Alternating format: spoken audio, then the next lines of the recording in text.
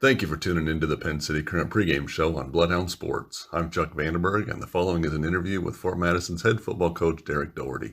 We'll start with a recap of last Friday's game and then preview tonight's matchup. Okay, so we're here with head coach Derek Doherty again after another win. You're 2-0 on the year. Haven't given up a point, but we'll get into that in a little bit. This week you got Fairfield. Both teams are 2-0, shaping up initially anyway to be maybe one of the bigger games of the year.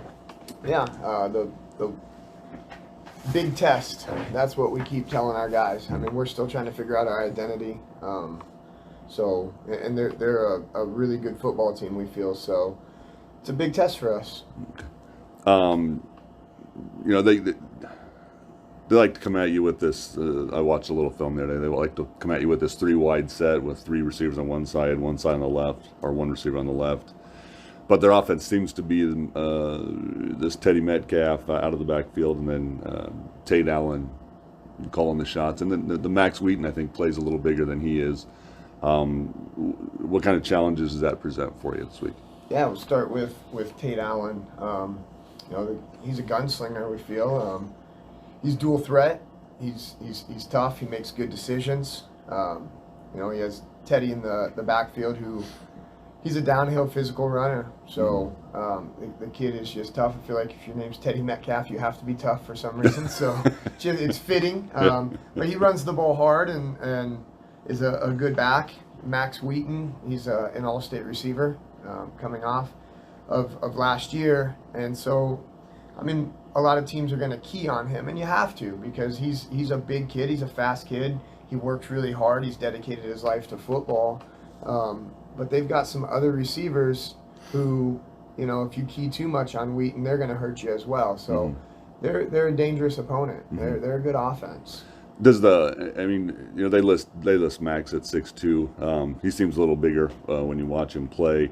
Last week you had some instances of some West Brilliant receivers getting behind you a little bit. Is that a concern, knowing that this kid can catch and come down with the ball? Yeah, I mean, it's always a concern, working on our communication and our coverages. And Coach Colin's done a great job of being on those guys. Like, hey, we have to communicate. We can't assume and back off the gas. I think it was more lackadaisical than it was anything. And, when you take a play off, that's when big plays happen, and we cannot afford to give them that opportunity. Okay.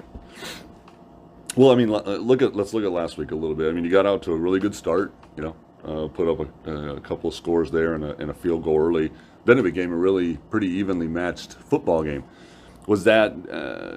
Did you see from the sidelines? Was that an issue of West Brilliant playing a little better than we had anticipated, or did we get a little stuck trying to get the gears going there? A combination, I think. Like after the game, talked to you and just felt like, man, we were just moving in slow motion. We couldn't get anything going.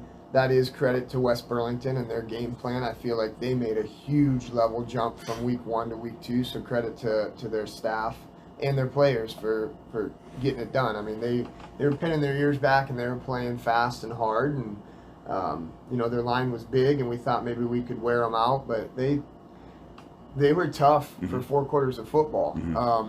But after just doing a lot of reflection over the weekend, we kind of came up with this word for us, and it's respond. And so everybody talks about responding to adverse situations. Well, we also need to learn to respond to when things are going well. And I think that was part of our problem. We put 16 points up on the board real quick. And it was, on the mental side, again, I'm not in their heads, but, when we talked in our team meeting, it was like, man, this is coming easy. Well, when you back off the gas, like I said earlier, bad things happen. So we're hoping that was a good example for us on what not to do, and getting away with it. Obviously, getting the win was good, and we learned a lot of things about ourselves in that game. Yeah, you just look offensively in that first quarter. I mean, Landis found Kane, on a little slant, and he was able to get there. A really good run where he cut back a couple times and got to the end zone. And then obviously in the latter part of the game there, you saw Landis catch up with Tate Johnson again. Yeah. A wide open play. I was just across the corner from that. I thought, boy, he's so wide open. He could drop this one. and they said it was, they've been running a bubble route the whole time and then just ran a little variation and he found a seam and he was wide open. So you had some success there offensively. Talk about that a little bit. Yeah, and I mean, that's football. You go back and you watch film and you're like, oh my gosh, like, look at this, look at this, look at that. Mm-hmm. And pointing those things out to our kids in film sessions, obviously important. And I feel like we've got the engine running. It's sputtering a little bit, and we're trying to fine tune this thing.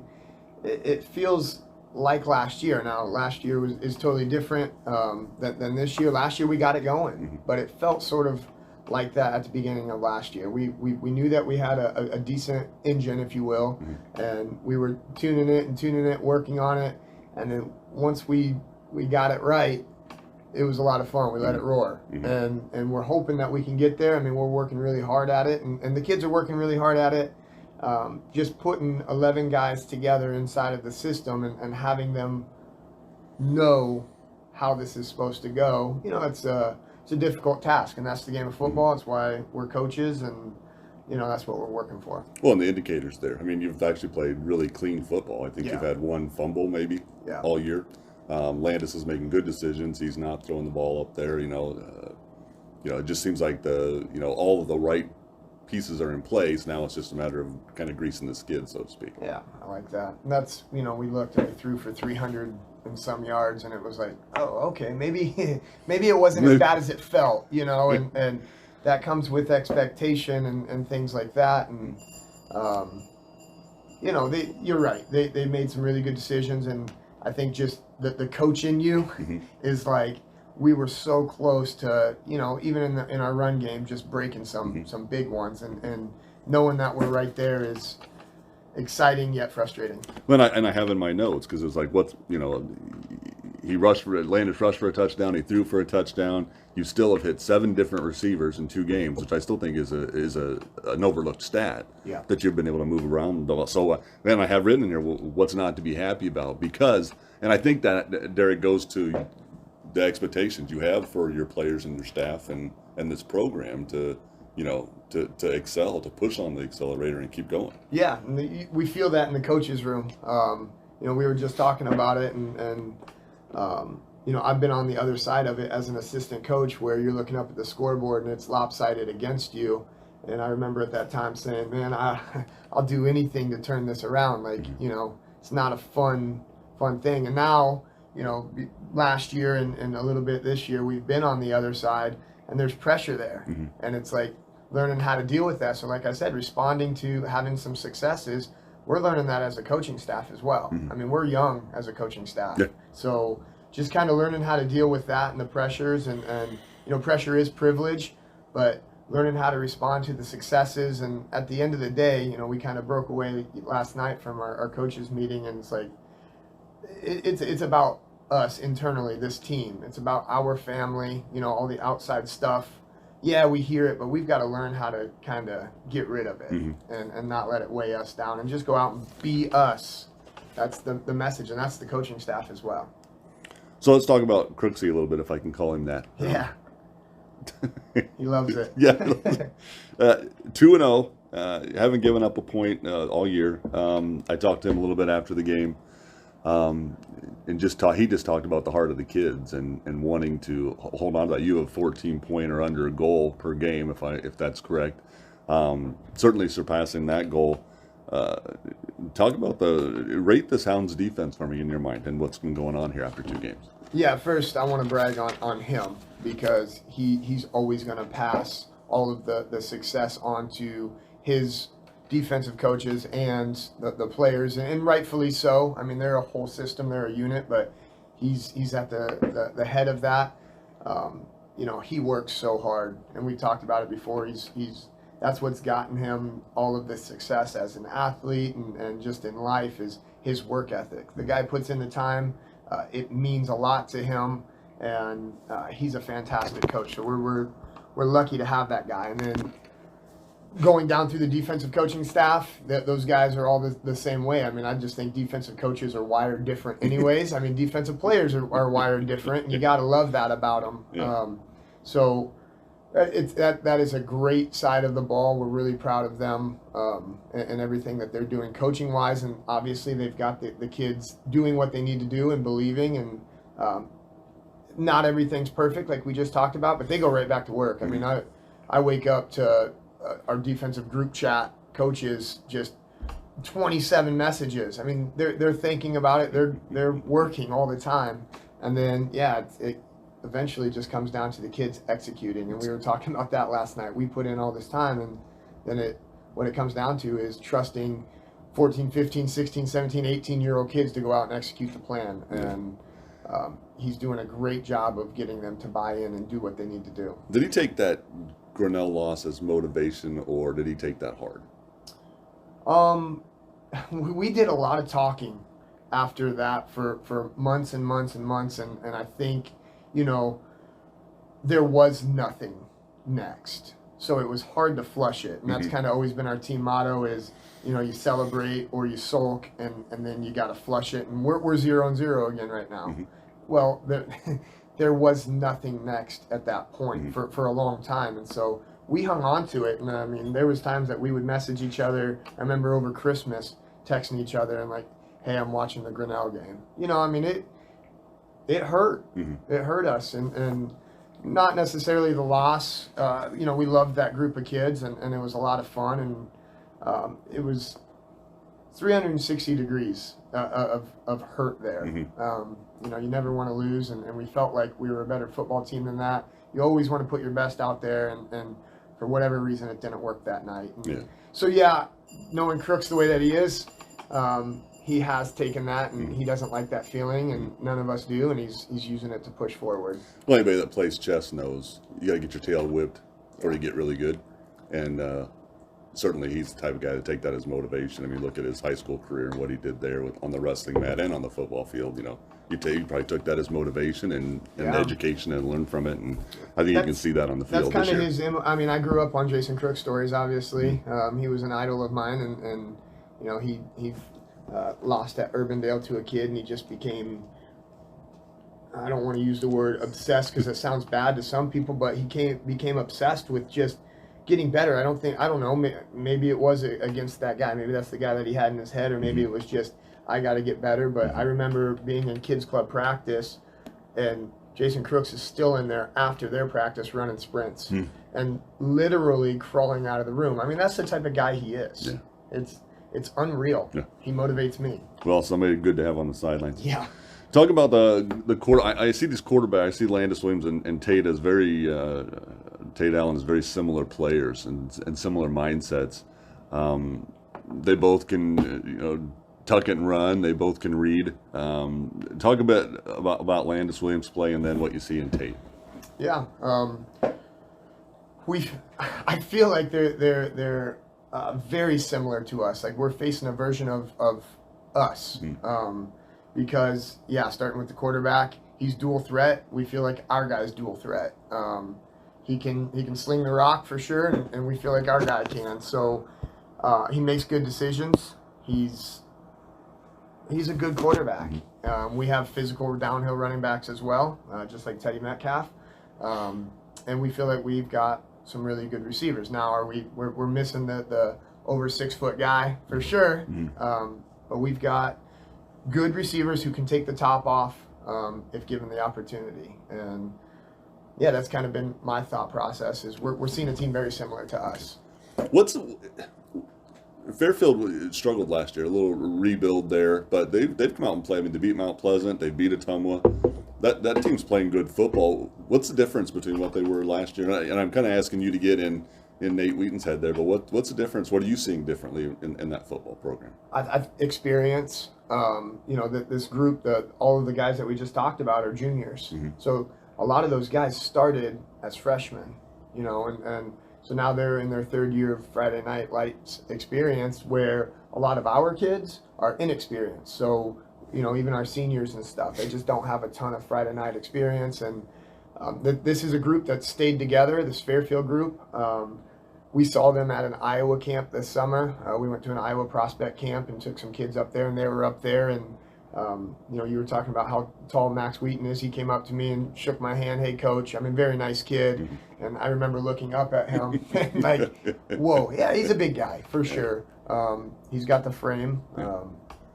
But, I think that it's just them sticking together, and they've got a great coach. I mean, Nate Wheaton's a great guy. I mean, we've had conversations several times over the last few years, and they are a reflection of him.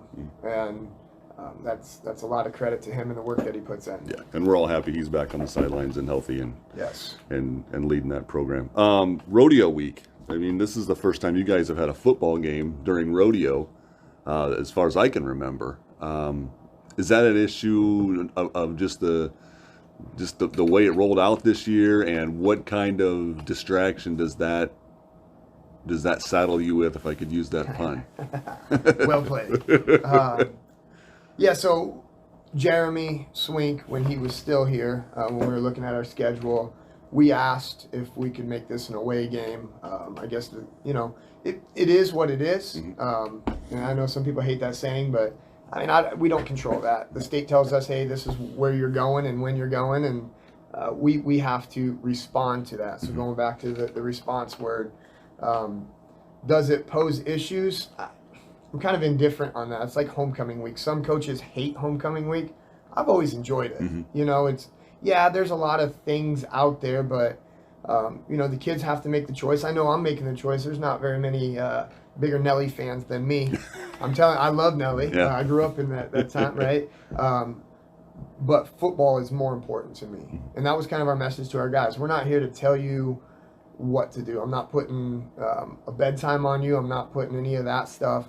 We're hoping that your investment with everything that you've done, this isn't just a 3-month season. This is year round for a lot of you guys. You're lifting weights, playing other sports, and you got the rest of your life for that stuff. You can give them all those messages. They're still going to decide what they want to decide. And I just, we hope that they choose right and go out and have fun, go up there and see it, but just realize going to bed at a decent time is important. So we trust our guys. We love our guys. We know that this means a lot to them, and I think that the rodeo is a good thing. Yeah. It's great for the community, and it's only going to be a problem if we choose to make it a problem. That's my mentality on it. Okay. There was some scuttlebutt that maybe we were looking at playing this game on a Saturday afternoon, which would be fantastic because you could have people riding their horses down here. I mean, lining up around the field. I mean, you'd have a whole, thousands of people in town with nothing to do in the afternoon. You could really get a good audience for a game on a Saturday afternoon. It'd be hot, but you could do it. Yeah, I mean, I think that would be a really cool environment. And people have been tossing around ideas, and I'm all for it. It's like the big helmet tunnel thing. Sure. Tara brought that and said, hey, do you mind? Absolutely not, as long as it's not my problem. And so you tell me, the school tells me, the state tells me, hey, this is when you're playing, who you're playing, and what time kickoff is. My job is on the football side, and if we're playing at midnight, we're playing at midnight. But I do think that it would be a really cool thing if we could tie it in someday. That would be great. That would be great. Well, I know some Illinois schools play on Saturday. Yeah, I don't know if they would ever consider that, but yeah, it's interesting options. So yeah, just start last. Talk about the unsung stars. I've got Christian's name written down here. I've got Daniel Sokolik again, who had a couple tackles for loss, was just real efficient and choppy, containing Donaldson last week. Talk about some other people that you didn't read about. Yeah, oftentimes you don't read about the front guys. I mean, and we cannot brag about those guys enough, in my opinion. This morning we started talking in our group chat, our coaches group chat, about Mateo. Just what a great kid he is. He had a great game last week. You're not going to read his stats in the paper, but you're going to read about Landis' stats, and you're going to read about Jacob's stats. And why do those happen? Partly because of them, for sure, but they've got to have guys out in front of them. So when you got guys like Austin Ensminger and Mateo, Austin played himself to literal physical exhaustion. I mean, he was throwing up on the sideline, and hey, are you okay? Obviously, your mind goes into, oh gosh, concussion, did he hit his head, etc. And he's, nah, coach, I'm just hot. I mean, and that's the kid that's pushing his body to the extreme limit. And why does he do that? I think he loves this program. I mean, you gotta have a deep love to be willing to do that. And he does every single game. I mean, and that started when he started playing. So Ensminger and Lozano, Tanner Settles had another decent game kicking. He's still figuring it out. I mean, he's 2 weeks into being a lineman, and the kid is somebody that I wouldn't want to line up against. I mean, even when I was younger, I'd be like, man, I got my hands full here. So he's doing a great job. Christian Vincent stepped in, and then turned around and played a JV game on Tuesday and did a great job. Those front guys, and really I could just read off the roster and say great things about them. They're a reflection of their offensive and defensive line coaches, Coach Smith and Coach Weichert, and it's a great system, and I feel like they're getting better and better. We're really proud of them. Yeah. Well, giddy up. Go Hounds. Go Hounds. All right, thanks, Coach. This has been the Penn City Current pregame show on Bloodhound Sports. Please be sure to tune in to next week's game where we will recap tonight's game and preview the next game. Thanks for tuning in, and be sure to read about the game in your hyperlocal, super fresh, 24/7 source for news and information, the Penn City Current. Tim, Nick, and Bill will be back with the kickoff next on Bloodhound Sports.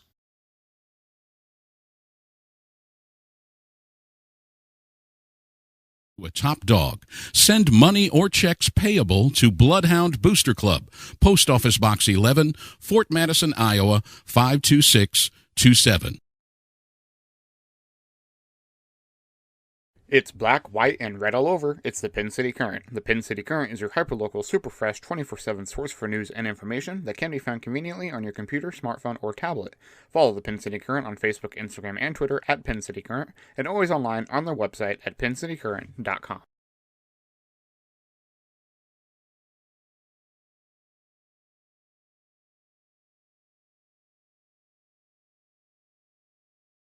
Lee County Bank is proud to support the Fort Madison Bloodhounds. Bank when and where it's convenient for you. Our mobile banking app is a safe and secure way to check your balance, transfer funds, pay bills, and deposit checks, all from your mobile device. If you're shopping for a new home or need money to pay for unexpected expenses, our loan department can help. Visit our website at www.leecountybank.com or give us a call at 319-372-2243 for more details. Equal Housing Lender, member FDIC. Once a Bloodhound, always a Bloodhound. Realtor Carla McEntee is proud to support Bloodhound Sports. Contact Carla McEntee with Frazee Auction and Real Estate for all your real estate needs today at 217-617-6975. Midwest One wants to be on your team. They can help you with your important financial decisions so you don't have to do it alone. Visit the Fort Madison office today, located at 926 Avenue G. Give them a call at 319-372-3991. Midwest One is simply better banking. Member FDIC.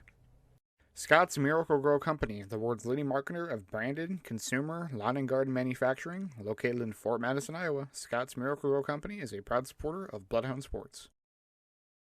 Mann's McDonald's, located in Fort Madison and Burlington. It's not whether you win or lose, it's how well you eat after the game.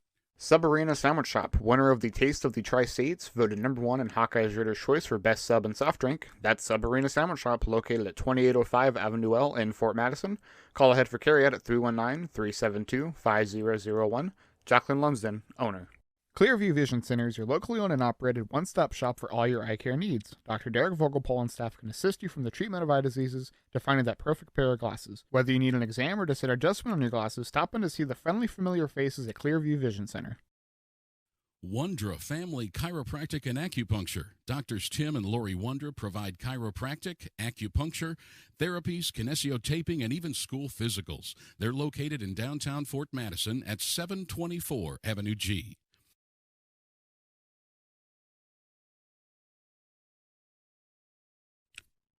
Become a member of the Bloodhound Booster Club today. There are a variety of support levels you can choose. Based on the amount of your donation, you can become anywhere from a sports fan to a top dog. Send money or checks payable to Bloodhound Booster Club, Post Office Box 11, Fort Madison, Iowa 52627.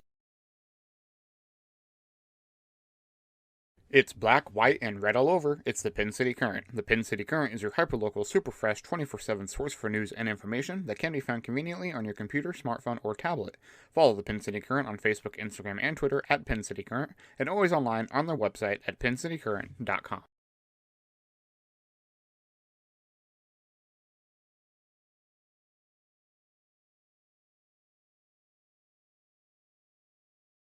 Lee County Bank is proud to support the Fort Madison Bloodhounds.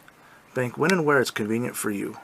Our mobile banking app is a safe and secure way to check your balance, transfer funds, pay bills, and deposit checks, all from your mobile device. If you're shopping for a new home or need money to pay for unexpected expenses, our loan department can help. Visit our website at www.leecountybank.com or give us a call at 319-372-2243 for more details. Equal Housing Lender, member FDIC.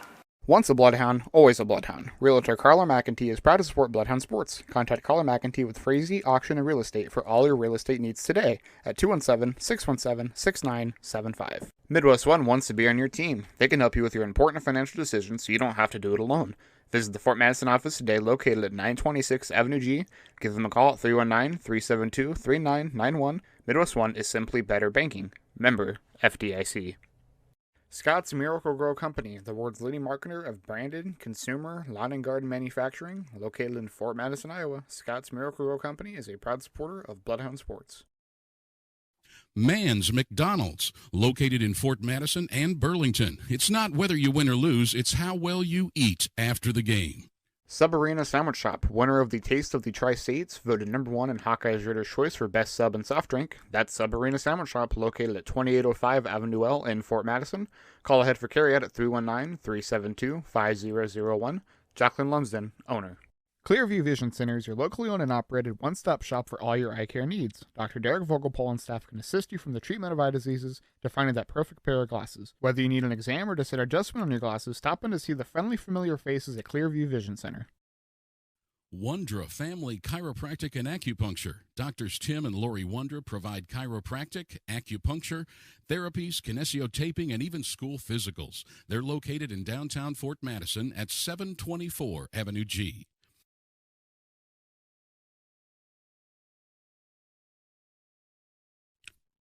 Become a member of the Bloodhound Booster Club today. There are a variety of support levels you can choose. Based on the amount of your donation, you can become anywhere from a sports fan to a top dog.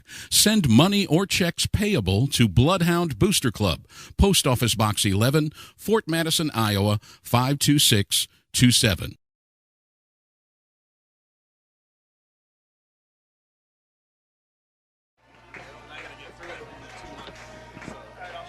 Hello, everybody, and welcome to the broadcast of Bloodhound Sports. My name is Nick St. Clair. Joining me will be Mr. Bill Kester, and also back for a game here tonight, Dr. Tim Wondra.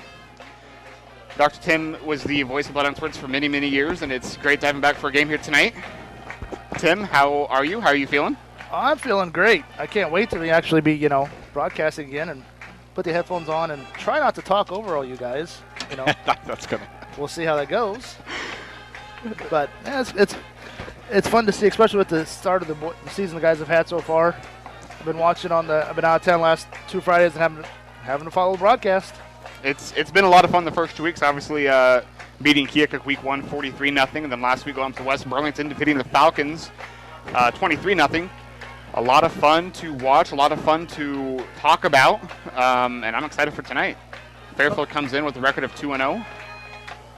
Well, in Fairfield, or at the West Burlington game, I mean, they won it pretty easily, but yet also there were little mistakes here and there that are easily things they can clean up, that stop drives that are extended to, a drive for West Burlington, or, another play, a couple plays where we would have had the ball, on the West Burlington side of the field there, but the roughing the punter's penalty, gave them a couple more shots, move the ball down the field. And thankfully, that tough Bloodhound defense is able to stop them in their tracks there each time, and 2 straight shutouts, 2 straight wins. It's a great start for Fort Madison Bloodhound football here.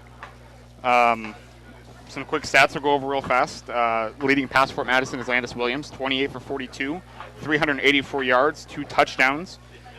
Leading rusher for the year is also Landis Williams, 30 carries, 111 yards, 4 touchdowns on the ground. Receiving, leading this year, is Tate Johnson, number 13, with 9 catches, 134 yards, and a touchdown. Defense, we've had a lot of solid defenders step up and do a lot of good stuff. Tunnel. They're about ready to come out the tunnel. Maybe. Okay, never mind. Yeah, the defense has been very sharp. I've been really impressed with the efficiency they've had. Yeah, the defense has been super tough. On there, you got guys like Daniel Sokolik, Austin Ensminger all stepping in for big tackles, McGowan and Ike Thatcher as well. Teague Smith has a couple tackles. For losses, that was what I was reading. And then solo tackles, you've got Mikey DePrima, Tate Johnson with 5 each, Austin Ensminger with 6. Mikey DePrime has been a shutdown, basically a shutdown corner. He really has been.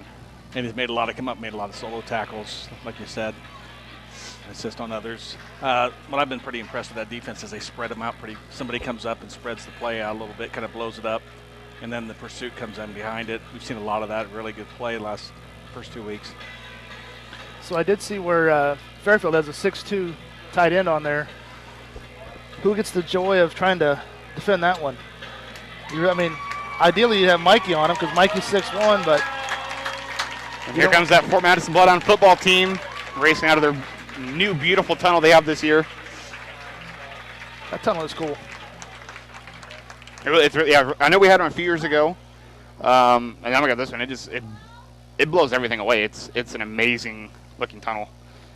Slide down, take a look at it.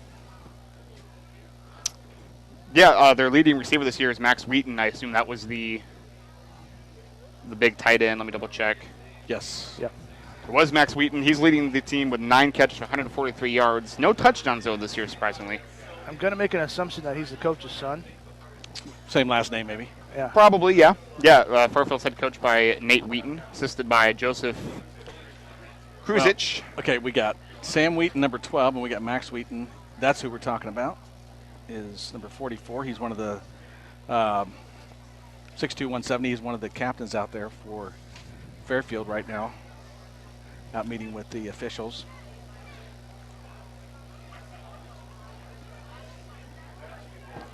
Leading passer for Fairfield is Tate Allen, number 14, a junior. He's 18 for 39, 365 yards, 2 touchdowns and an interception. Leading rusher is Teddy Metcalf, number 34, a senior. He's got 43 carries for 163 yards, 1 touchdown. His longest rushing lead, though, is 4 yards, apparently. Well, and you were telling me, too, that Fairfield just updated their stats a couple hours ago. Yeah, they just got all offensive stats in sometime today. I checked this morning when I got off work, and there's nothing today. Some stuff. And so we're not even sure if that's 2 games worth or if that's 1 game's worth or exactly how accurate those numbers really are. Yeah, they had offensive stats in for both games, but again, I don't know if those were complete. There's no defensive stats, so I can't say who the leading tackles are or anything. Kicking, though, they've had 2 kickers, number 40 Trevor Miller and number 54 Nate Smithberg. They're both 1 for 3 on PATs and no field goals attempted, according to what they have updated. They've had 4 2-point attempts this year and 2 successful tries. Looks like the Bloodhounds are going to start the game by kicking off. It's going to go from our right to our left. Bloodhounds are in the black pants, red shirt combination tonight. With Bill's Ohio State helmets. Yeah, you said it. Okay, looked pretty good last week in West Burlington with the gray and gray. Yeah.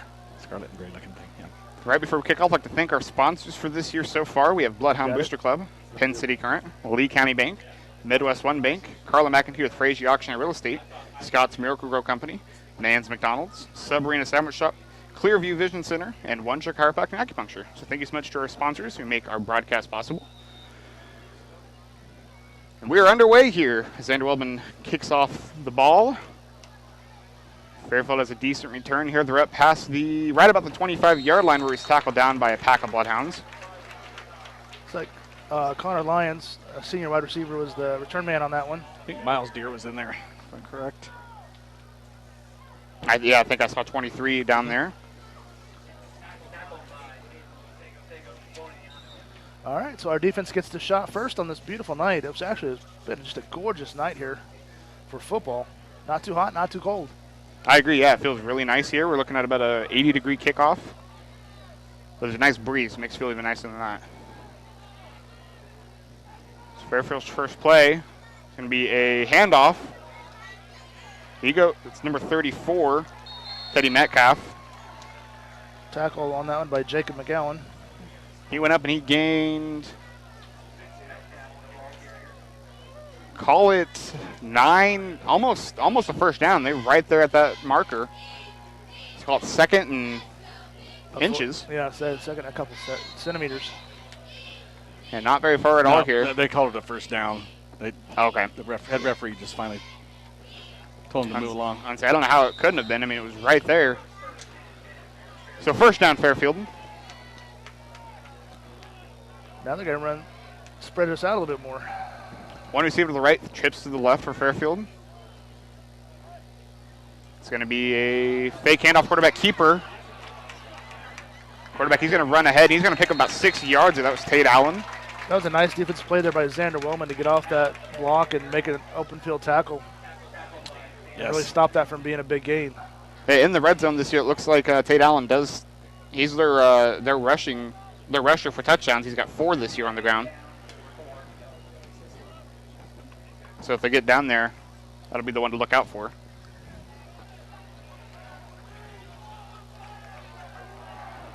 Fairfield comes out again, 1 to the right, trips to the left. 1 running back in the backfield with quarterback Tate Allen. They got Tate Johnson out there on Wheaton. Should be a good matchup There's a lot of movement there near the ball. It's going to be a pass attempt. Sokolic was leading the Ensminger. Sack! Going to have a sack there of Tate Allen. We had Ensminger in there as well as. I'm going to tell you something. They locked down those receivers.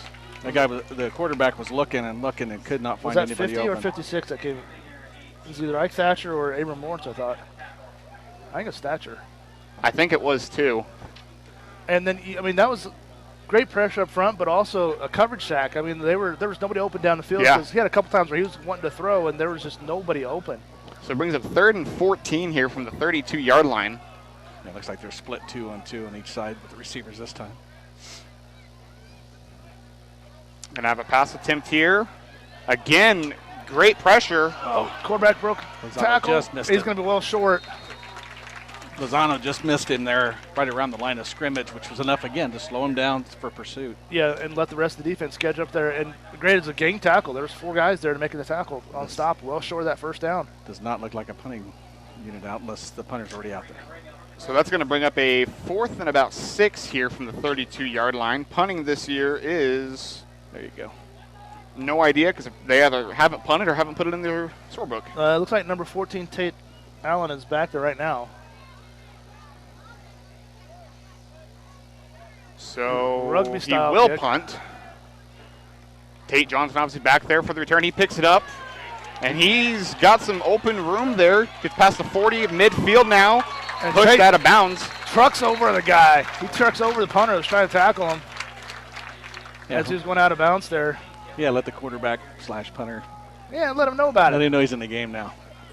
So I'd like to say it's cool if we just made the punt for the first time, but I'm guessing with how not correct their scorebook is, I'm going to guess that's not quite true. We'll go with it. Yeah, I can say it for now. We won't see him again this year unless it's a potential playoff matchup, so I can say that as much as I want all year. Actually, no, they're not in our district anymore for football. Yep, they're 3. They're 3A. Oh, that's true. They're 3A. We're 4A. That's true. So no, you won't see him. So now Landis Williams, he hands off. McGowan bounced outside. That was really He's nice. got the sideline. Oh, it just gets knocked Pushed out of bounds. out of bounds at right about the 32, 31-yard line. Yeah, I got a flag down. By Tate Allen again, and that's probably in that spot. It's typical of a kind of a hold, isn't it? Yeah, it's a little bit down, but it's going to be from the spot, depending on what it is. McGowan bounced out nice. He kind of got blocked up inside, and then he just bounced out to his left and came this side. We've got holding offense. Okay, so that's going to about 8 yards into that or 7 yards into that, so it's not going to be a devastating. So they're actually going to put it right back. Oh, not yet. So it's going to be like second down and 13. First and 13. First and 13. So yeah, we played that down. So yeah, I mean, that was a great run. Unfortunately called back, but didn't lose too much there. So I call it first and 13 from the 48. And just hit Tate over top. I like it. Got chips to the right, one on the left of Landis Williams. Tim's calling plays. And Landis is going to keep it, and he's going to run ahead. He's going to pick up good chunk of yardage there. Gets well past midfield again. Almost a 10-yard run on that one. He's such a threat with his speed. He gets outside really so quick. And he can cut inside. He can stop on a dime. He's got to be kind of a nightmare because he can throw the ball so well. Yeah. So he's got to be a nightmare for a defensive coordinator. Yeah, sitting at 384 yards in 2 games in the air. Another 111 on the ground. So we have 2nd and 6 now as we get rolling here. Bloodhounds first possession. McAllen's going to break it to the right side. It's a first down. He gets kind of tripped up there, yeah, as he gets the first down. I like what Jacob's doing here. He's kind of finding his way, taking his time, and then he's hitting that hole that whatever's open for him. Well, and you got to give the line credit. I mean, he's having a chance to take that run. He's not, receiving the ball and immediately having to panic and make a move to try to get away from a defender. He's able to get to the line of scrimmage and then make a move. Yeah, decide where he's going. The line's been excellent this year, given those opportunities, especially against West Burlington last week, was really big. Which is impressive considering most of that's all new guys out there or JV guys coming in there. Very few were starters last year on that line. So now trips to the left of the Bloodhound offense. One to the right. See, Landis keeps it for himself again. He's going to run ahead and pick up a solid chunk of yardage again. That's what you was talking about, Tim. He trucks over those guys. We're not losing the battle at the line of scrimmage. They're pushing forward. They're not getting pushed back. Even last week against West Burlington, it was bigger. They didn't get pushed back. And you got to give credit to the off-season program, the AE program, and then also Coach Weichert, offensive line coach. Since he's came in and really working on with our offensive line, they have really been stout. 2nd and 4. Landis gets his play. McGowan's in the backfield still. 2 to the left. 2 to the right from Bloodhound offense. Quick pass left, Tate Johnson. That was nice. Tate's going to get close to the first down there after, running one guy over and then taking 4 more to bring him down. Well, Kane Williams come up and made contact with the defensive back and gave Tate an opportunity to get downfield a little bit, and he made the best of it. First down. So we're at 6:41 left to go in this first quarter yet. First possession for the Bloodhounds as they're driving downfield here. I missed this. Well, we're certainly happy to have you back here. I told you. Didn't I say that to you, Tim? Oh, yeah. I know I would. So chips to the right again for Bloodhound offense. Landis is going to run out of the right side, keep it for himself. He's going to be... He's got a big wall over there to go through. He's in. That's a Bloodhound touchdown for Landis Williams. A 28-yard run. If you're at home, rewind that just a couple seconds and look at that wall of red he had to run behind there. It was just a solid wall all the way around the edge.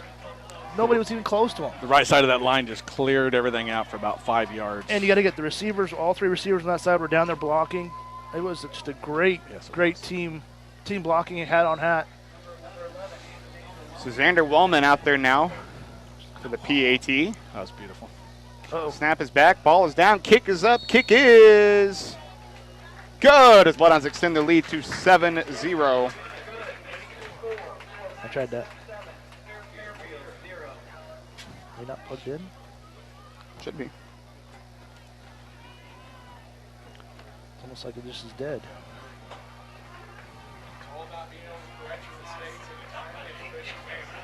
So that was a very impressive first drive for the Bloodhounds. Methodically just marching down the field there. Good mix of running, pass, play action off that. Some great runs there by the running back, McCowan and Williams. We're now in the 3rd week, so you've had a couple weeks to figure out who's doing what on your offense and defense, and seeing what their strengths and weaknesses are. And this is that drive right there. Our defense stopped Fairfield. after a nice beginning. And now the offense really looks kind of crisp and it's pretty good. We needed somebody here, Tim, because the first week here against Keokuk, Nick was really, he was having way too much fun. But were you not, Nick? I mean, I was having a blast. He was Keokuk. beside himself. How could you not have fun? But he was beside himself. How could you not have so much fun with? I mean, you're beating Keokuk so soundly. You know, our biggest rival there. And I mean, it's Keokuk. I mean, yeah, that was so much fun. And for week 1 too. yeah. So Wellman gets ready to kick off here. Line drive. That's gonna Over go through his hands. And he's got to bring that out. Get him. I think Oh, that's a nice tackle. Right about the 2-yard line. Who was that come in there? 7. That's Wiseman. Gavin Wiseman came in there. So it was Xander had kind of a sideways spin on that kick. It'd be very difficult to field. And the running back, instead of letting it just go over his head, tried to grab it, and it went right through his hands. And then it rolled in the end zone, so that's a live ball. So somebody got in the end zone first. Couldn't quite see it. But somebody actually had a little bit of again, slowing him down in the end zone for somebody else to come up and make a tackle. And that was Gavin Wiseman. It was a nice tackle. What we at starting out, about 2 or 3? Call it 2 on the 2-yard scoreboard. line. Yep, 2-yard line. Let's see what we can get here. They send a man in motion. Sweeten, the tailback. Oh, that ball's loose. That ball's loose. That ball's loose. No, it's not. It was Bouncing. It was juggling in his hands. He did not get a clean handoff into that. No, and a great defensive there to hit him first and knock him back. If he'd got hit like brief part of a second before that ball would have been out. So I'll bring up a 2nd and 10, as we're going to say. He got back to the line of scrimmage, and I don't know how. I think forward progress kind of let him up there. Let's see who made the tackle there. That's 55. 55 and Yeah. Tate, and then final tackle was Myroody. Trips to the left, 1 to the right. See what they do here. Lozano. Not Another surprised pass they're gonna throw. play. Whoa. And that ball is almost intercepted. Austin tipped it up there and almost had it. Yeah, Teague Smith almost there. They tried a little too hard to go to their playmaker. Yeah, they tried to force that right in there, didn't Yes, and that was just not wise. He wouldn't have got it very far anyhow. they? No, he would have been. But not surprised if they ran, or they threw the ball instead of running the ball there. So 3rd and 10 from the 2 for Fairfield. Oh, so bad they want a safety here, don't they? Or better yet, pick 6 for a touchdown. Fumble recovery. Yeah, anything. Scoop and score. So again, 1 of the right, trips left, 1 man in the backfield with the quarterback, Tate Allen. Yeah, It's going to be a fake handoff. And pass. incomplete pass there. And even if his guy would have caught that, I was he would have been advanced for maybe a yard and a half. He was well short of the sticks. I was going to say the same thing. Now they got a very tough punting situation. Well, not only that, but he cannot do that rugby-type kick very well. Here, you don't want to do that here. You want to get the ball out. So that's advantage Bloodhounds. That's the advantage of that rugby style one is because they're running. You're not quite sure, are they going to run it or are they going to punt? Are they going to run it or are they going to punt? And he's going to stand basically on the end zone line there. Let's see what the snap does here. He's got no room to go backwards. Tate sets up at the 45-yard line. This is where trust with your snapper is huge. And a great snap. And get the punt off. It doesn't go very far, though. Bounce at the 30 and rolls to the 30, 6, 7? Yep, sounds good. Tate had that measured out just about perfect. Nice defense. That all started with the weapon called Wellman with that kickoff. Yes. And creating that situation where they're back in near their own goal line. Well, that's what Coach Dory talks about, the 3 legs of the stool. You know, the offense, defense, and special teams all having equal and significant importance in the game. And right there, I mean, special teams set up the defense, which set up now the offense. So yeah, so ball placed on the 35-yard line. They're going to call it for Landis Williams and company. They started that pretty quick there. Yeah, 9 seconds on the play clock there. We're waiting for the Fairfield to substitute players. So 3 on the play clock, 2, 1 to get the snap off. Landis going to keep it for himself, run up left side. Pick up a couple of yards. Nice block there by Tate coming back and waiting till the defender turned just enough so you got him in the front, not a back block in the back. Not just that, but McGowan inside got a nice block to keep that defender from hitting Landis in the backfield. 2nd and 5. 5 yards a pop. We'll take it. Yeah, this year Landis is averaging It looks like about 3. They moved the ball on us again. almost 4 yards per carry. Yeah, they did. Now it's 2nd and 7, they said. Quick pass right side. That's Xander Wellman. And he gets tackled down with I want to say, a yard or 2 to go for the first down. That'll be about a 3rd and 2. It's doable.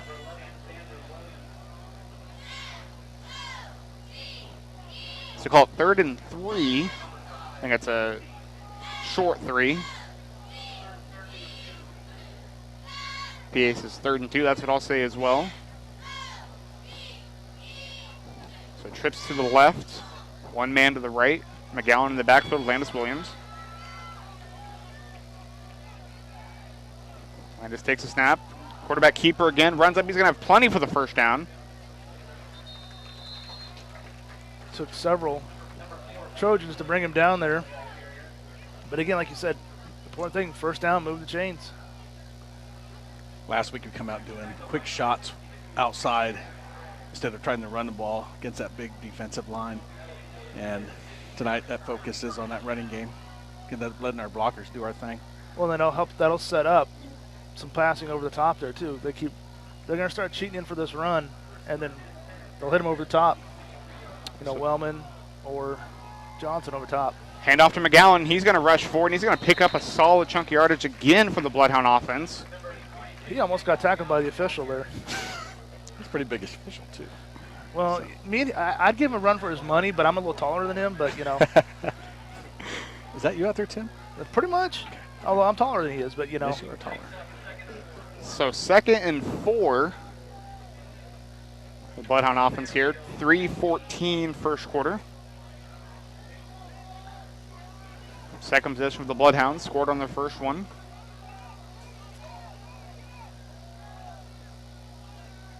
Landis takes a snap.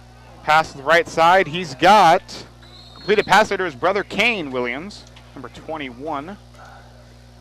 On that one, it was a great job of Kane going up and catching it. It was a little bit high of a pass, and so then when he came down, he landed immediately on the ground there, but it's good for a first down. Just enough. That's one of those, if you're on a flat field, it was perfect, but on the crown, dropping off the field there a little bit, it gets a little high. That's a good point, yeah. Yeah, practice, they probably run it 20 times. Practice field's flat. You don't have the crown of the field on it. But he went up and got it and headed up for a first down. It's nice. Landis take the snap again. Hands off to McGowan. Runs the left side. Hurdles a man. And he's going to pick up about 5 yards or so. Again, the left side of that line just moved everybody. Yeah. You're just creating walls on both sides there. So 2nd and 5 on about the 7-yard line. Call it 6-yard line. So you can't get a first down without getting a touchdown, but I want a touchdown. Just get a touchdown. I agree. Just keep it simple. 1 to the left, 3 on the right. Landis keeps it for himself. He's going to run ahead. He's going to have another Bloodhound touchdown. Went up to the middle there, basically went between the garden center gap there, and then off the left side, just where that wall was at again, and again, untouched basically. So that means we get to see Xander Wellman again. As Nick and Bill like to call him, the weapon. The weapon. I'm a big Xander Wellman fan. Guy's a stud out there. Snap is back. Ball is down. Kick is up. Kick is good. Well, I like what he did there. I don't know how they got that PAT block last week, but he got that way high up. Every one of them now has been on that extra point. He's going pretty much at a steep angle. It can be really hard to get it. And again, I don't know how it got blocked last week. And the thing is, you talk to Xander. I mean, he loves kicking. He loves playing offense and defense even more. I mean, yeah, he can catch it, defend it, kick it. I'm sure he could throw it too. Yeah, it's one of those. I mean, he's not your typical, especially a soccer player that plays football. that's kicking for you, kind of. And he's. It's a different type of kick. Yeah. Hey, I wanted to say it is rodeo weekend here in Fort Madison. So usually in the past we've had a few nights where we've had home games, and this crowd is a nice crowd for a rodeo night. It really is. Yeah. And I'm glad that it's an 80-degree nice night instead of, I know a few years ago we had snow on rodeo week, and that was terrible. If you're a snow fan, I'm sorry, but I'm not, so that's my opinion. And it was a little warm week 1 this year. Yes, it here. was. It was pretty brutal up here. Not going to lie. We're talking about up here and not even the players. Yeah. So Players probably would like it a few degrees cooler, actually, I bet. Start getting a good sweat going. Xander Wellman's kickoff is... At the 5-yard line there. Uh-oh, he's got a crease up the middle. And Xander with a beautiful tackle. Whoa. Nice tackle by Xander. Again, not how you normally see your kicker tackle somebody. Doesn't decleat him usually. That was a clear off decleater. Great job by Xander Wellman there. Unfortunately, that was a big return for Fairfield. They get clear out to the 38-yard line. They created a seam there. They had some good blocking on that return.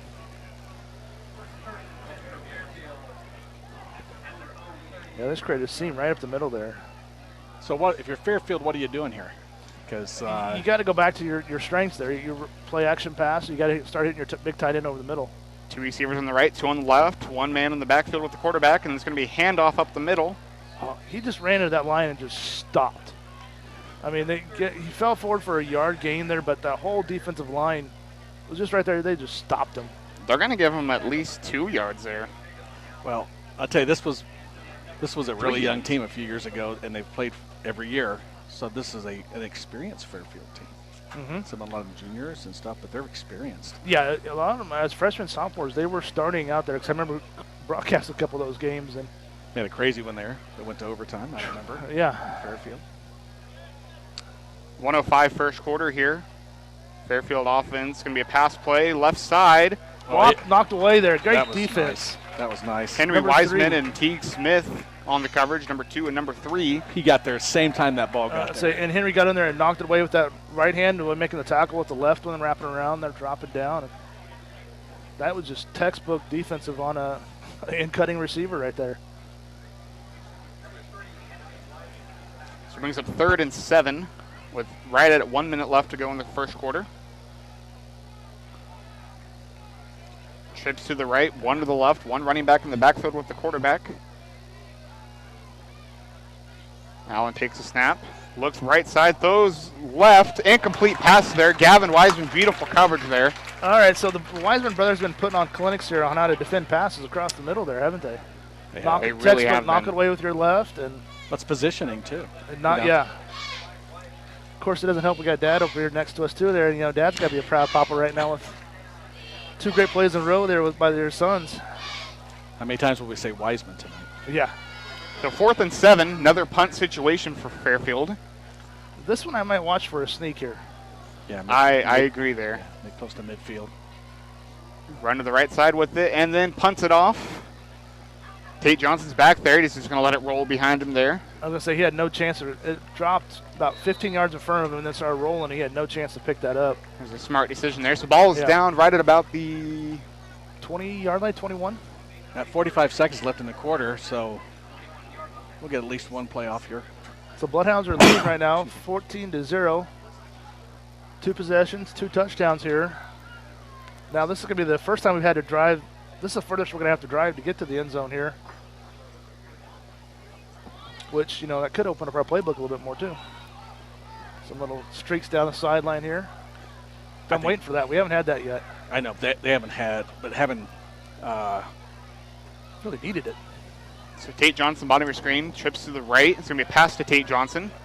Tate's going to split 2 defenders and still make forward for about a 7-yard gain on a play that Williams and McGowan ran into each other in the backfield there. So and still delayed that pass a little bit. And it was still, it was obvious what they were doing, and the defenders still couldn't, Tate just split him and got 5 yards. If Wheaton didn't catch up with him from behind there, he might have snuck through that group. So they don't have to run a play here, but we'll see if they do. 16 seconds left in the quarter, 19 on the play clock. I'd do it. Get them on their heels. Go. They will run a play. Hand off to McGowan. Man, that's wide open in the middle. And he runs forward. Did he get the first down? I don't have a good angle here. Really close. It's Really right there close. at the marker. And they were trying to bring their linebacker around the left side there at 44. He was trying to come out the outside off of the corner. Did you get that earlier? Yeah. Yeah, that's what we were showing out there. But so we've got the Fort Madison Fire Department here tonight, flying the Old Glory there up for us Really kind of hard to in the corner of the end zone there. That should be. So Very nice. Tomorrow marks the 20th anniversary, 9/11, and It's going to be we had some discussions here off mic, a little bit about where we were at when this occurred, and of course Nick wasn't 2 years old. Yeah, I was 2 years old. I don't have a memory of all that. My parents have told me, but so Nick told us the whole story. it lasted all of about 45 seconds, I think. So, but they had a really touching, and nice moment of silence here before the game started. So that was very impressive. Yes. It's going to be a somber weekend, especially after losing some soldiers here. Just recently, too. Yes. Once again, here as we're into the first quarter, about to start the second. Thank you to our sponsors: Bloodhound Booster Club, Penn City Current, Lee County Bank, Midwest One Bank, Carla McEntee with Frazier Auction and Real Estate, Scott's Miracle Grow Company, Man's McDonald's, Submarina Sandwich Shop, Clearview Vision Center, and Wonder Chiropractic and Acupuncture. Thank you so much to our sponsors, and thank you to our viewers who are tuning in tonight. We're sitting at 161 right now. I just got to give a credit again to our coaching staff. You got head coach Derek Doherty, but you got assistant coaches Andrew Cartwright, Jason Crooks, Travis Cullen, Pat Lamb, Justin Minke, Brian Smith, and Josh Weichert. They've got this team just firing on all cylinders. They really do, yeah. All cylinders, all phases. It's been impressive. You see the confidence tonight.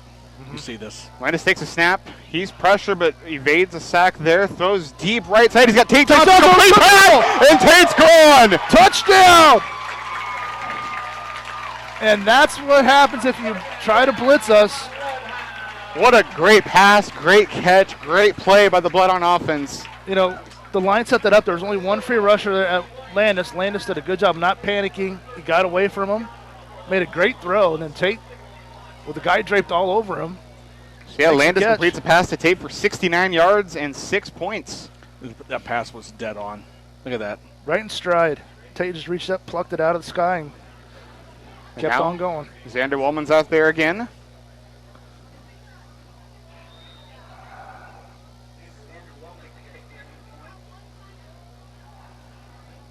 So snap is back, ball is down, kick is up, kick is That's good.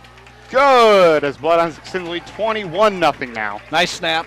Nice hold. Nice kick.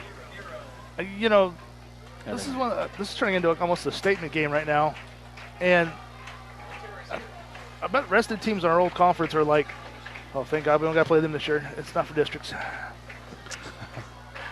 Something I don't know if, just since we're in the situation with 21-0 here in the early second quarter, the 35-point accelerated clock is all game now. It's not just second half anymore. That's new this year, I heard.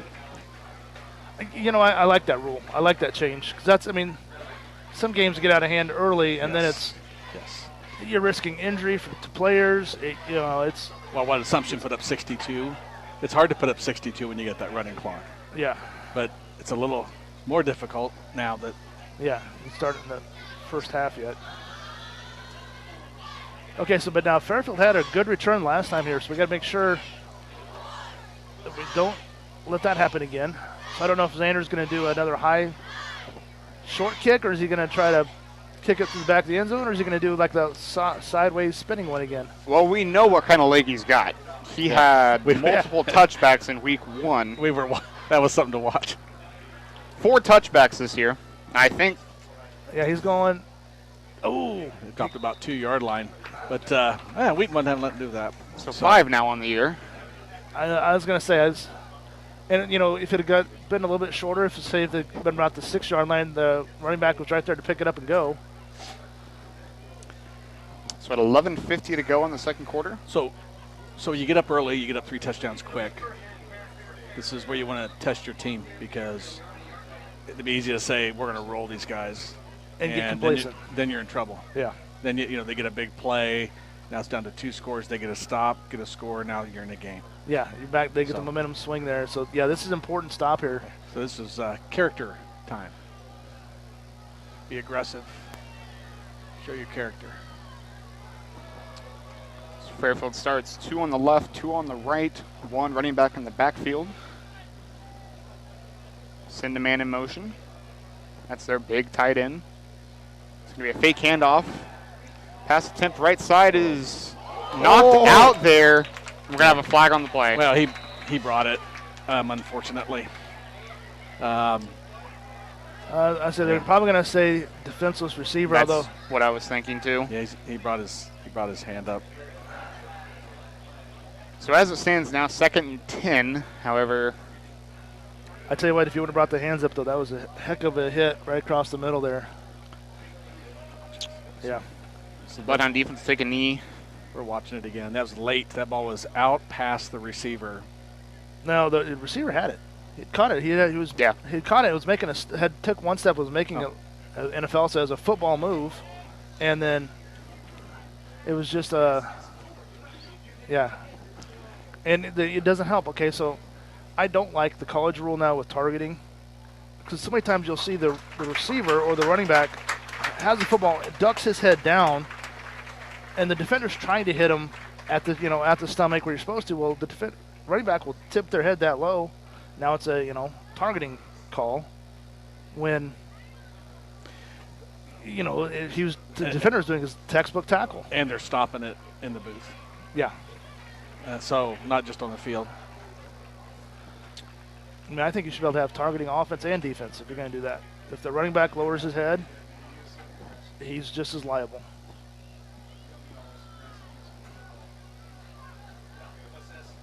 So the good news is the Fairfield player, Wheaton, got up, walked off the field. He'll think twice about going across the middle. I just think it might have been. I think it was a little bit to the forearm, the little shiv there, but yeah. So they're going to call us. Then again, he's a big kid coming across that middle with the ball. So it's going to be a 15-yard penalty, ball placed at the 35-yard line. Automatic first down for Fairfield. So now the Fairfield coach is out there, not sure what he's asking for. They already called the 15-yard penalty. I wonder if they're trying to run him, or if they're doing spot of the foul.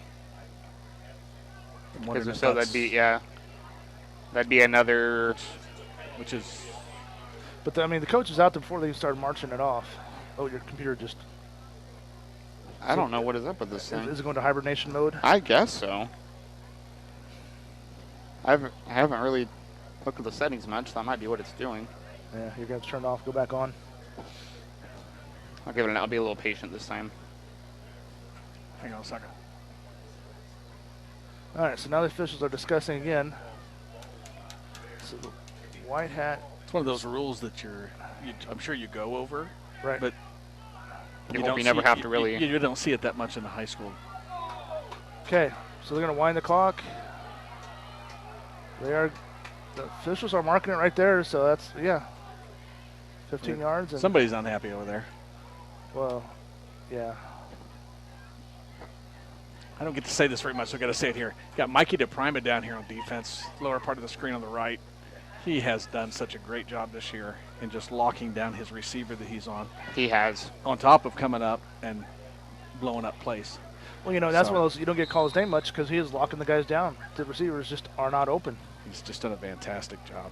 I mean, talk about any of these kids, but it's pretty good when you get that feeling you can put somebody out there all by himself like that, and you're in a good spot. Fairfield sets up chips to the right, one to the left again. One running back in the backfield. That's a 5-yard. Yep, offensive lineman flinched up there.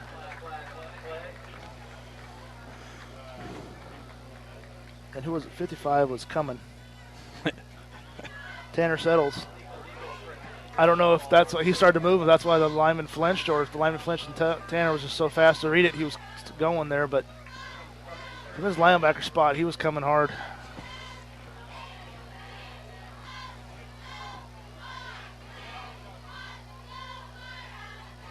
Now another fake handoff. Kept it. Wow, quarterback keeper. Good thing the quarterback pulled it because that would have been a 5-yard loss. Tell you what, that was a good fake. It was. That's your RPO right there because it was in the belly of the running back, and then he pulled it back out. So they got back to the original line of scrimmage now. So it's 2nd and 10. And Fairfield, let's face it, that's what they've got to do here. They got to control the ball, keep it in their possession, and go down the field and grind out some yardage here. And and eat this clock up for the first half, and get on the scoreboard, and get back in the game. So now again, 2 to the left, 2 to the right. 1 running back in the backfield. It's going to be a pass play, pass deep right side. Great Xander Woolman in coverage. Xander, great defense there, running with the receiver side by side. Hey, he was looking for the ball more than the receiver was almost. Yeah. So there's no way you can call pass interference on that one. Because they both were kind of hand-checking each other back and forth. So I bring up a 3rd and 10. We're at 10:50 left to go in the second quarter here. It's 21-0 Bloodhounds. So 3rd and 10, get a stop here. Get the ball back. Timeout. It's like timeout. Maybe Fairfield? Timeout. Fairfield. Yep, Fairfield. And something they need. So we're at 10:50 left to go here in this first quarter, or second quarter, sorry. I just said. Rusty, Tim. I know. But for being my first in-person game tonight, I mean, on TV they're impressive. You got to get out here in person to watch these guys play. I mean, we try to do him justice, but watching him here is even more impressive in person. It's just disciplined. Yeah. Yeah. It's the weight room, like you talked about. It's confidence tonight. Tonight is confidence. Wow. It started a few years ago with Tony Schiffman. Shout out to him. Started paving the way for this program. Derek Doherty takes over, and is just doing great things. And Bloodhound football looks like it's going to be really good for years to come. And it's nice to see now we've got enough freshmen out that we're able to do the freshman games again. We haven't done that for a couple years. I watched JV the other night just play outstanding football on the road against West Burlington, Tuesday? And I was impressed. Big numbers, too. So 3rd down and 10 for Fairfield on the 35-yard line. 10:50 second quarter. Okay. Coverage there.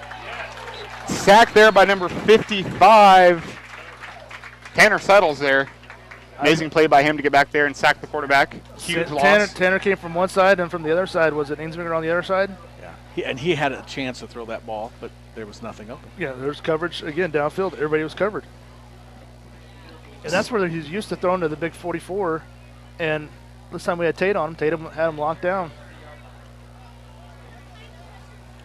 So about to most likely make Fairfield punt again. Again, we got to watch this. This guy could do something. 22 was also in on that tackle, or back in the backfield. Jacob McGowan. Runs He's going to run with it. Now he's finally going to punt it. And there's Tate Johnson. Makes the catch.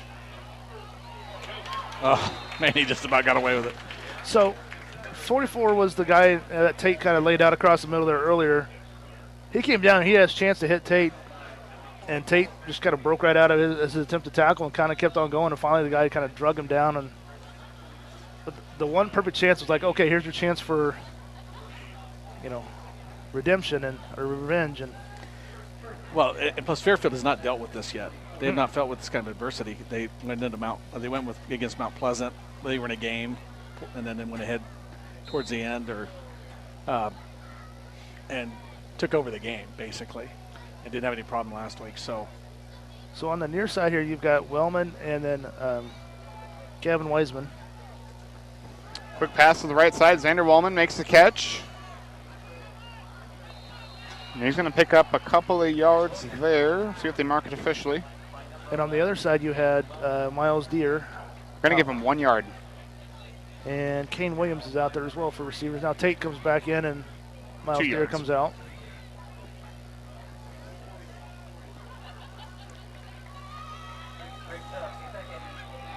it's good pursuit by Fairfield that time to get outside. But it took a lot to get him wrapped up. Yeah. 2 to the left, 2 to the right. 1 running back in the backfield. That's McGowan. McGowan takes the handoff. And moves the pile. That pile just kept moving. They moved about 4 more yards there to McGowan, and who was the lineman on the bottom of that? Well, Tanner Settles was in there. And Mike Thatcher. Number 50, Mike yep, Thatcher. Thatcher. Lead blockers. Okay, they got to move that yard marker down. There you go, guys. Keep going, keep going, keep going, keep going. Call it 3rd and... They still need to get that moved down. That's like a 3. Yeah, so I'm going to call it 3rd and 3. It is 3. From the 48. Yeah, they got the yard marker on the back of the football, on the back end. Oh, So nice Landis is block. gonna- Did you see that block by Lozano? Oh, Quarterback- second effort gets it. Yeah, he met that defender there and he won the battle. Great play there by Landis Williams. 77, Mateo Lozano. Great seal block. He on that. just sealed that. And It's then like- Xander on the receiver there blocking too. But yeah, Lozano's. I was gonna say again at home. Rewind a couple seconds and watch that block that he did. That guy. He was going the wrong way in the first place, so it was easy. He just had to push him in. It's always fun to push a defender down to the ground though when you're blocking.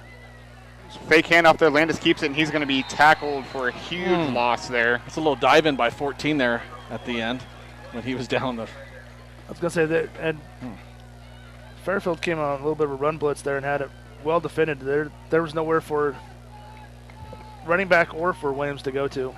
I mean, it was an RPO, and he didn't have. There's no choice but to eat it. 8:03 second quarter. 2nd and 14, they call it. It's the first loss from the line of scrimmage on a play tonight for the Bloodhounds. It's pretty good halfway through the second quarter. So it shifts to the left, 1 man on the right. That's Xander Wellman at the bottom of your screen. Landis is going to quarterback keep it. Right up the middle. He's going to have a first down plus. We got a flag coming in. Multiple flags come out. Fairfield, man slow to get up. Say probably combo block maybe. So it's a first down, but that will be coming back. Have I'm the sure. trainer come out. Let's see if I can watch here on the replay.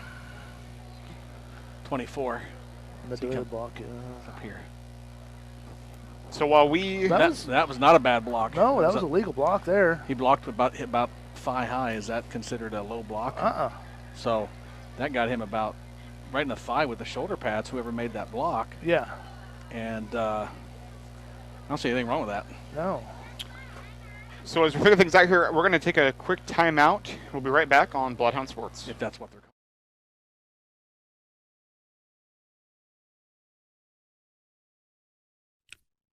Become a member of the Bloodhound Booster Club today. There are a variety of support levels you can choose. Based on the amount of your donation, you can become anywhere from a sports fan to a top dog. Send money or checks payable to Bloodhound Booster Club, Post Office Box 11, Fort Madison, Iowa 52627. It's black, white, and red all over. It's the Pin City Current. The Pin City Current is your hyperlocal, super fresh, 24/7 source for news and information that can be found conveniently on your computer, smartphone, or tablet. Follow the Pin City Current on Facebook, Instagram, and Twitter at Pin City Current, and always online on their website at pincitycurrent.com.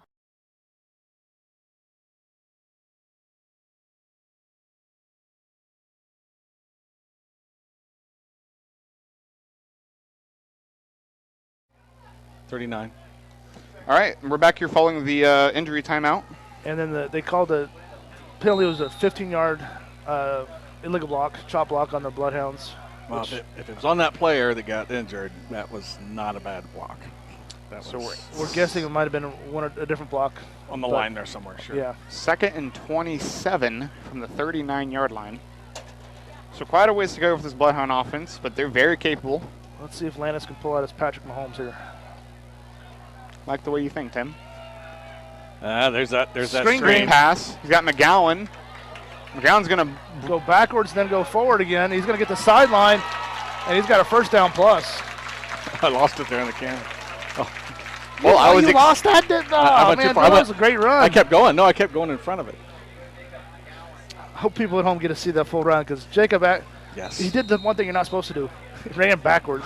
So we got another penalty. They got a timeout here way back. I don't see any. I don't see any laundry down here. I don't either. Everybody's backing up, though. Okay, there's that play. He's going across, and I got in front of it. Yep. I tried to zoom in on. Sorry, guys. But they did call a holding. I don't see a flag anywhere on the field, but They must have picked it up fast. I didn't see it. Well, the guy at the far side's tucking one in, so he must have saw something from the spot. that's unfortunate. And the spot was, that's a tough one. So that backs it up even more. Now we're down to our 35-yard line, and we got to get to Fairfield, Fairfield's 35. So we're looking at 2nd and 32. Well, at least it's still second down, and that's about a 5-yard loss on that, as it turns out. I'd come out with an outside screen here now. That was so productive there. Well, that screen that they just played worked really well last week. Perfect time to pull it out, too. Landis has his play. 2 on the right, 2 on the left. McGowan in the backfield. Oh, here they come, and they're going to do it again. Yep, this was the Wiseman. Gavin Wiseman. Oh, come on. Where's that penalty on that one on the top? Coach. Oh. There's an official right there. Looked like a horse collar. All right. So Wiseman gets some yardage back on that one. We're going to call it 3rd and 20? 3rd and 22? About 23, 3rd and 21. Yeah. You keep guessing the early 20 range, you'll, get it right eventually. So 3rd and 21 from the 30. That's not right. At the 44-yard line. It's about 23. Landis evades one. Defender throws. He's got Tate Johnson. Tate went up for it and got undercut there. Good to see Tate get back up here. He had it for a brief second, and then that was a nice tackle by Fairfield there to knock it loose. So Xander will punt for the first time tonight, and one of the first times this season. It's a pretty exciting couple plays there to try to get that, a big chunk back. Didn't work out for us, but it's pretty good. And that comes at 5:53 second quarter.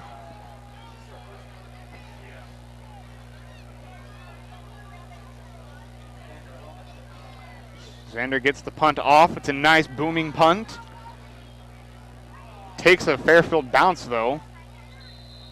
Gavin Wiseman quickly down it right about the 35-yard line. Okay, that's where we would have had to go to get the first down, just to say. All right, so let's see if our defense can keep Fairfield shut out here. They got I almost want to say an official aided momentum change there a little bit, the penalties. So they got to stop with that. Well, Fairfield's got to be careful too, because if they try to get too crazy here, they got plenty of time to score. Almost 6 minutes, and if they get too quick here and end up with a turnover or turnover on downs. 5 on the play clock. 2, 1. Delay a game. Not called. Not called. So it's a handoff, goes up the middle, picks up about... Nothing. Lost one. Okay. Is that Teague? Yeah. Teague Smith was in there. McGowan was in there. We were talking about it last time. Tanner Settles was in there, too. We can see numbers real good on these uniforms. Yeah. Well, the problem we had last year. I will give you that. I'll give you that.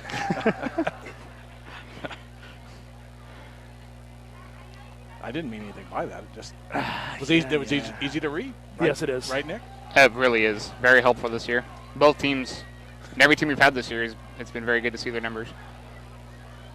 I was just telling Bill earlier, I'm just not a fan of the gray pants. Gray. Now we have a flag, and I think that was a delay game. Fort Madison's red and black. I think that official got an earful. I would have been, yes. He should have, too. False start on the offense. Well, okay. Looked like it was called from the guy that's putting the ball down right there. The little back judge. Not the back judge, but I guess the middle. I think that was who it was called by. They don't know their position. So. And he's got the perfect eye right on the play clock, or on the, play clock. Well, they called it a false start, though, not a delay game. Right. So 5-yard penalty, 2nd and 15 for Fairfield. That's right in his field of vision, though. Yeah. Be a fake handoff, pass attempt. Oh, that's going to be. Oh, did he We pull have a it? flag on the play, But it's in the area of a hold. We're going to have holding holding. offense, back him up 5 yards or 10 yards. I think our defender was there a little early on that. I thought potential, but I thought he was also playing ball pretty well. Yeah, he did come up with a hand towards the ball. Yeah, holding Fairfield there. That's going to back him up. They say he made the catch, though, but it was kind of the defender and him were both holding the ball at the same time there. And maybe backside a little bit. But So 4-10, second quarter. Now they're going backwards. No, it's going to be from the line of scrimmage. Right. That ball get out at all? No. So that'll bring up 2nd and a lot. 5, 10, 15, about 18 yards. Yeah, they got to get to the 28 45. yards, so 28 yards. Get right up in those lights. Quarterback takes snap, and he's sacked. No, gets away from Almost. Settles. And- McGowan it was. Oh, McGowan. Incomplete pass, though. That was a throwaway. That, yeah, I'm not quite sure how McGowan missed him there. He went a little high with him, and then Now, see, this is what Fairfield's problem is. They're going to have 3rd down and extremely long here on their own 17-yard line, and there's still 3:40 to go. So they got to make a big play here, or they're going to be punting basically out of the edge of their end zone. and giving us good field position with Yes. Time to score. In time. kind of like out. Dallas did with Tampa Bay the other night. Give it to them. Give Brady too much time. Hey, just throw 3 balls away, just to use time. I got to say, that was a heck of a game, though, for the opening night for NFL. It was. A lot of people were saying that game was going to be a runaway for Tampa Bay, and It was not. It was a good game.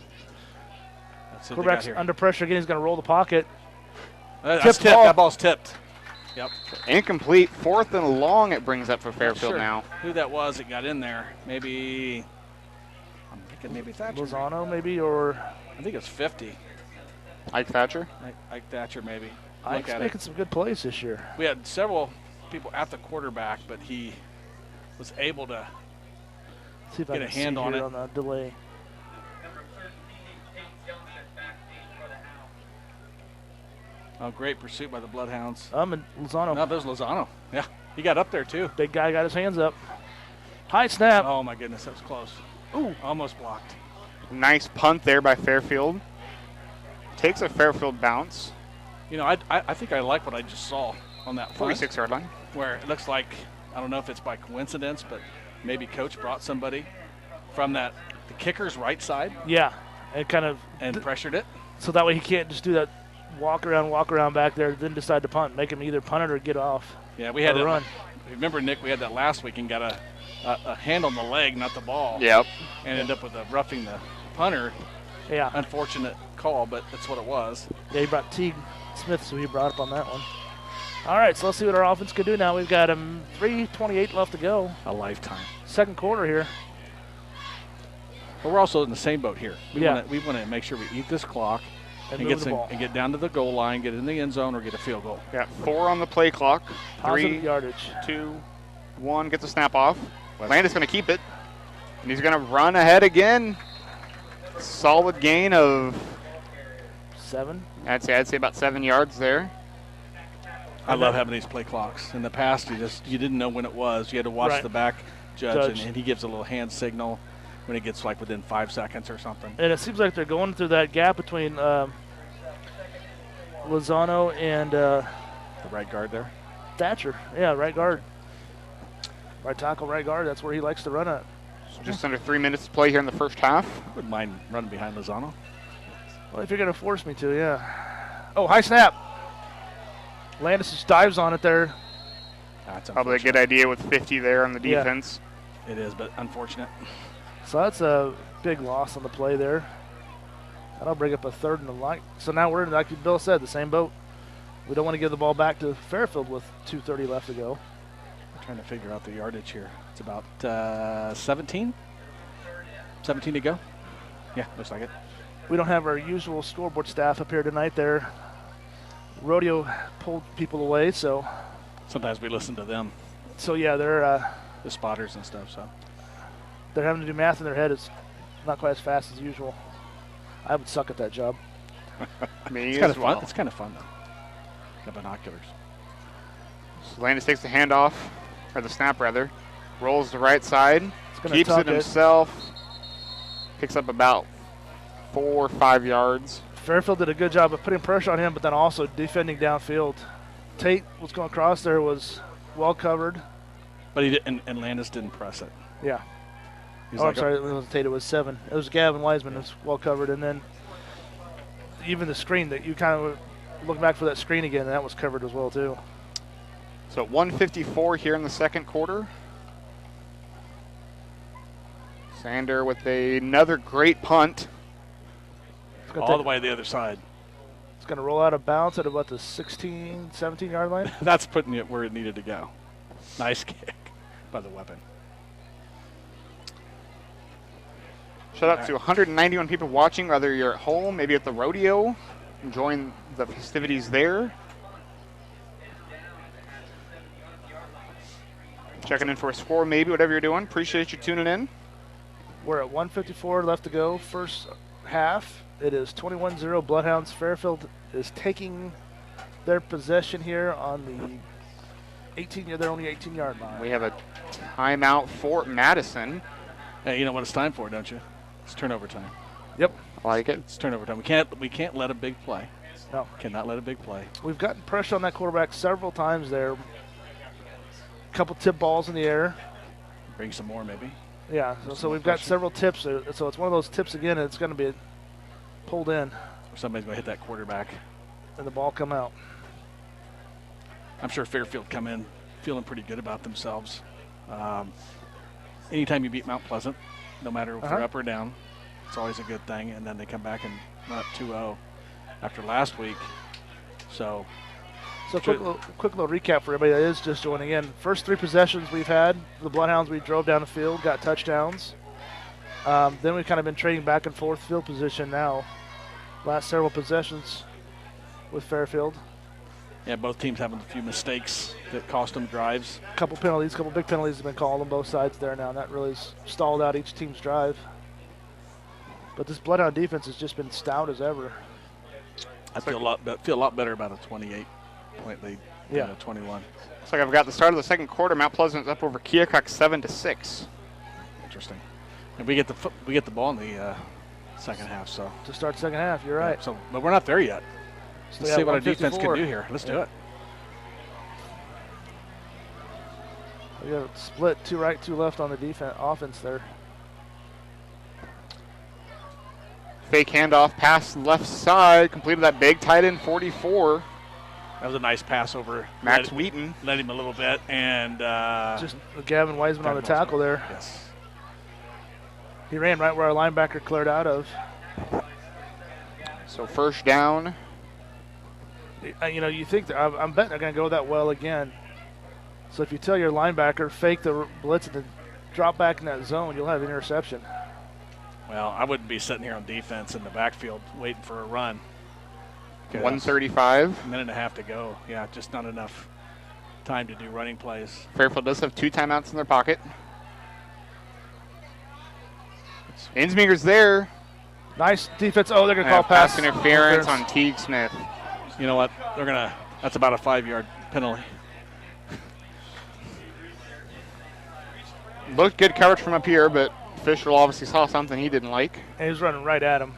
Which, again, that actually was running right at the official there, so he had a bad angle on it because the defender was a smaller guy behind him. So what do we got here? What's this going to be? It's not damaging. It's about 5 yards. Isn't that a spot? No, they're going all the way past the first down line. 15-yarder. What's he doing a 15? More than a 15. Why is he doing a 15-yard penalty? Here. Did you guys see the signal? I did not. That's a 15? Okay. Okay. All right. Okay, good. We got to get defense. We got to get a stop here now. So 1:15 clock moving. Oh, McGowan's there. Under pressure. It's going to throw it away. And actually hit his coach on the sideline. Is there a player there? Is there a player at all No. for Fairfield? No. He was out of the box, though. Yep, sure was. So 109 clock stops. Good pursuit in the backfield by the Bloodhounds. He pretty much just winged his coach right there. Is that McGowan you said was back there? Yes, that pursued him from behind. Come around that right side and put the pressure on him, made him roll out the pocket.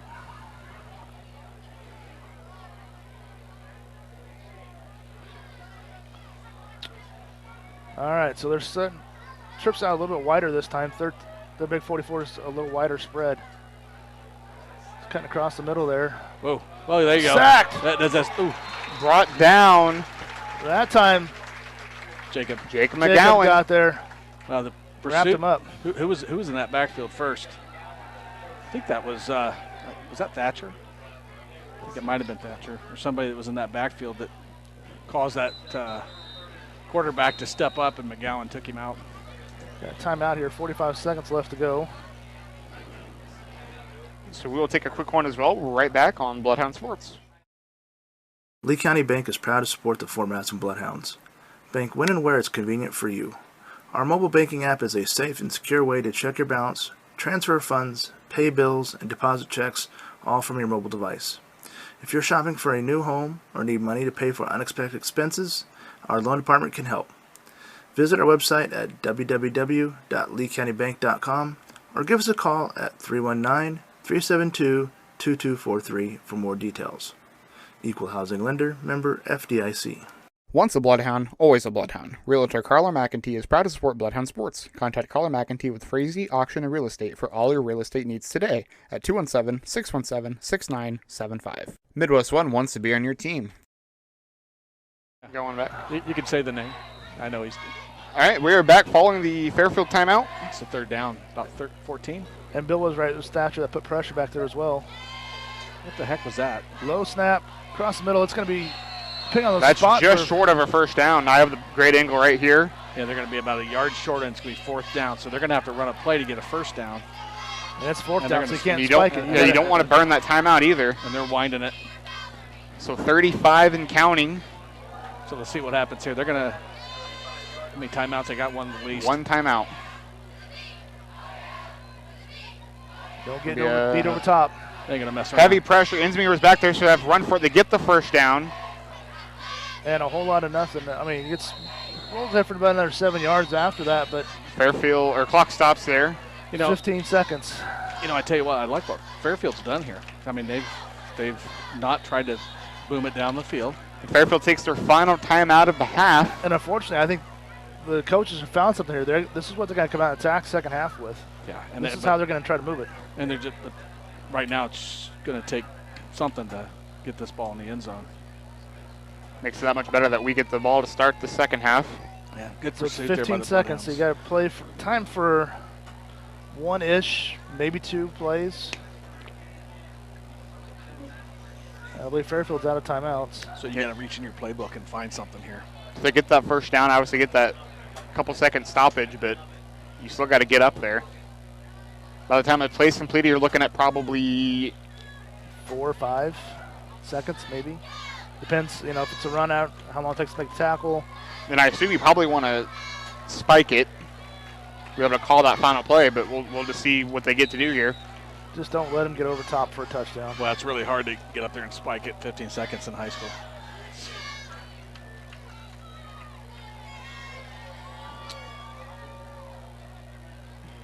Quarterback takes a snap and Oh. heavy blitz there. Pressure, gets away from it though, throws the ball across the middle, it's caught. And that's And Wheaton. That's And with That's a 6 20-yard line. seconds, 6.5 seconds. Okay, they're going to get up but that took an awful lot of the time there. But they still got there, they've still got it. So clock rolling, 5 seconds, 4, 3, He's 2, They got it done. 1.6 seconds on that clock. Well, we had some serious pursuit on the quarterback. Yes. We're kind of watching it here a little bit. Yeah, there was Everybody coming. every Yeah, linebacker there's was back Enzinger. there. McGowan, Ensminger was there. And he put it where he needed to. But we still had a lot of people back there. DePrima was back there. Wellman was back there. Yeah, Tate, let's see. Tate Johnson was back there. Tanner Settles was. Okay, sorry about So that. that's you're good. 2nd and 10. Not that that really matters right now. 1.5 seconds, so this will be the last play unless there's a defensive penalty.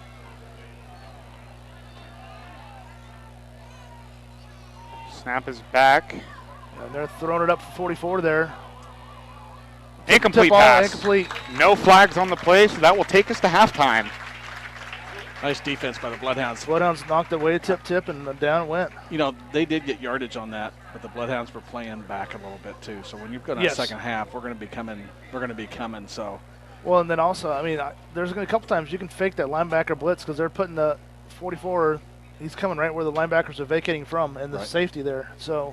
That's a good point. Yeah. You know, they're using the outside receivers to back our safeties off, and then Wheaton just comes right across the open area there, big circle right in the middle. And I know Coach Crooks will make an adjustment at halftime there for that. So, with that, Bloodhounds lead 21-0 here at halftime. We'll be back in just about 20 minutes on Bloodhound Sports. They can help you with your important financial decisions so you don't have to do it alone. Visit the Fort Madison office today located at 926 Avenue G. Give them a call at 319-372-3991. Midwest One is simply better banking. Member FDIC. Scott's Miracle-Gro Company, the world's leading marketer of branded, consumer, lawn and garden manufacturing, located in Fort Madison, Iowa. Scott's Miracle-Gro Company is a proud supporter of Bloodhound Sports. Mann's McDonald's, located in Fort Madison and Burlington. It's not whether you win or lose, it's how well you eat after the game. Sub Arena Sandwich Shop, winner of the Taste of the Tri-States, voted #1 in Hawkeye's Reader's Choice for Best Sub and Soft Drink. That's Sub Arena Sandwich Shop, located at 2805 Avenue L in Fort Madison. Call ahead for carryout at 319-372-5001. Jacqueline Lumsden, owner. Clearview Vision Center is your locally owned and operated one-stop shop for all your eye care needs. Dr. Derek Vogelpol and staff can assist you from the treatment of eye diseases to finding that perfect pair of glasses. Whether you need an exam or to set adjustment on your glasses, stop in to see the friendly, familiar faces at Clearview Vision Center. Wondra Family Chiropractic and Acupuncture. Doctors Tim and Lori Wondra provide chiropractic, acupuncture, therapies, kinesiotaping, and even school physicals. They're located in downtown Fort Madison at 724 Avenue G.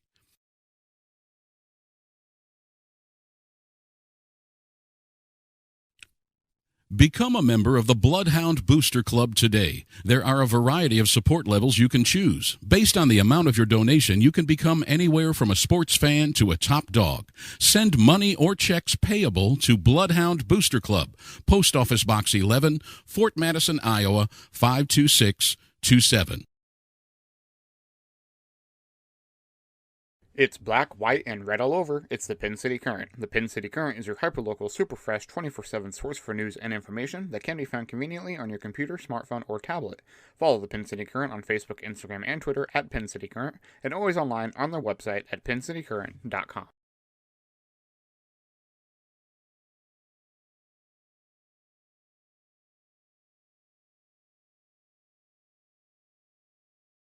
Lee County Bank is proud to support the Fort Madison Bloodhounds.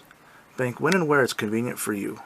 Our mobile banking app is a safe and secure way to check your balance, transfer funds, pay bills, and deposit checks, all from your mobile device. If you're shopping for a new home or need money to pay for unexpected expenses, our loan department can help. Visit our website at www.leecountybank.com or give us a call at 319-372-2243 for more details. Equal housing lender, member FDIC. Once a Bloodhound, always a Bloodhound. Realtor Carla McEntee is proud to support Bloodhound Sports. Contact Carla McEntee with Frazee Auction and Real Estate for all your real estate needs today at 217-617-6975. Midwest One wants to be on your team. They can help you with your important financial decisions so you don't have to do it alone. Visit the Fort Madison office today located at 926 Avenue G. Give them a call at 319-372-3991. Midwest One is simply better banking. Member FDIC. Scott's Miracle-Gro Company, the world's leading marketer of branded, consumer, lawn and garden manufacturing, located in Fort Madison, Iowa. Scott's Miracle-Gro Company is a proud supporter of Bloodhound Sports. Mann's McDonald's, located in Fort Madison and Burlington. It's not whether you win or lose, it's how well you eat after the game. Sub Arena Sandwich Shop, winner of the Taste of the Tri-States, voted #1 in Hawkeye's Reader's Choice for Best Sub and Soft Drink. That's Sub Arena Sandwich Shop, located at 2805 Avenue L in Fort Madison. Call ahead for carryout at 319-372-5001. Jacqueline Lumsden, owner. Clearview Vision Center is your locally owned and operated one-stop shop for all your eye care needs. Dr. Derek Vogelpohl and staff can assist you from the treatment of eye diseases to finding that perfect pair of glasses. Whether you need an exam or just an adjustment on your glasses, stop in to see the friendly, familiar faces at Clearview Vision Center. Wondra Family Chiropractic and Acupuncture. Doctors Tim and Lori Wondra provide chiropractic, acupuncture, therapies, kinesiotaping, and even school physicals. They're located in downtown Fort Madison at 724 Avenue G.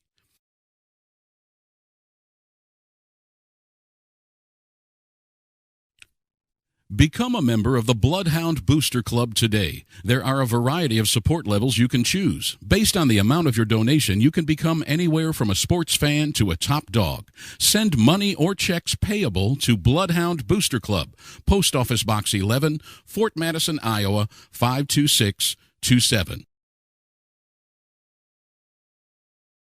It's black, white, and red all over. It's the Pin City Current. The Pin City Current is your hyperlocal, super fresh, 24/7 source for news and information that can be found conveniently on your computer, smartphone, or tablet. Follow the Pin City Current on Facebook, Instagram, and Twitter at Pin City Current, and always online on their website at pincitycurrent.com.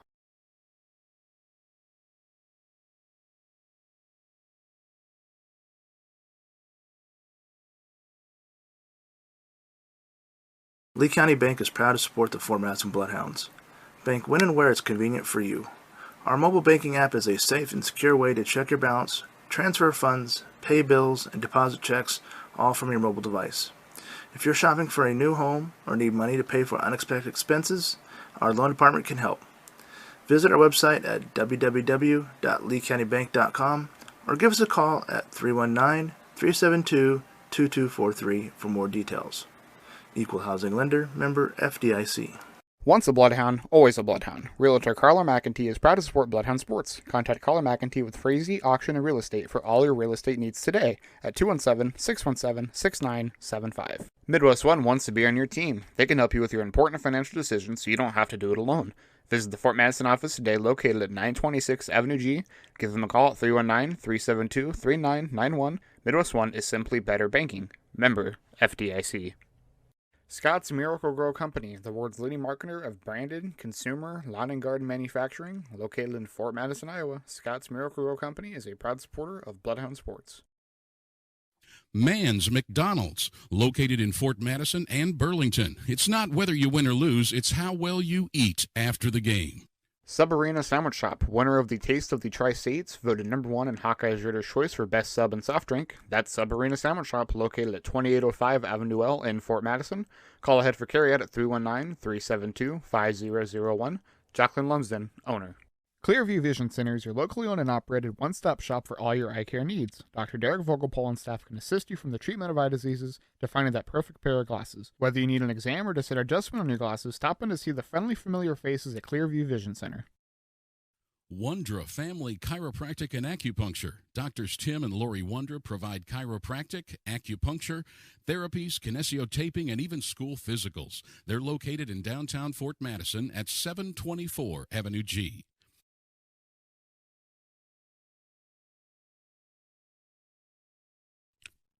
Become a member of the Bloodhound Booster Club today. There are a variety of support levels you can choose. Based on the amount of your donation, you can become anywhere from a sports fan to a top dog. Send money or checks payable to Bloodhound Booster Club, Post Office Box 11, Fort Madison, Iowa 52627.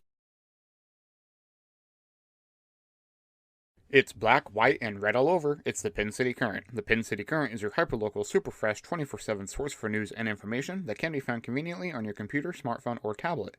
Follow the Pin City Current on Facebook, Instagram, and Twitter at Pin City Current, and always online on their website at pincitycurrent.com.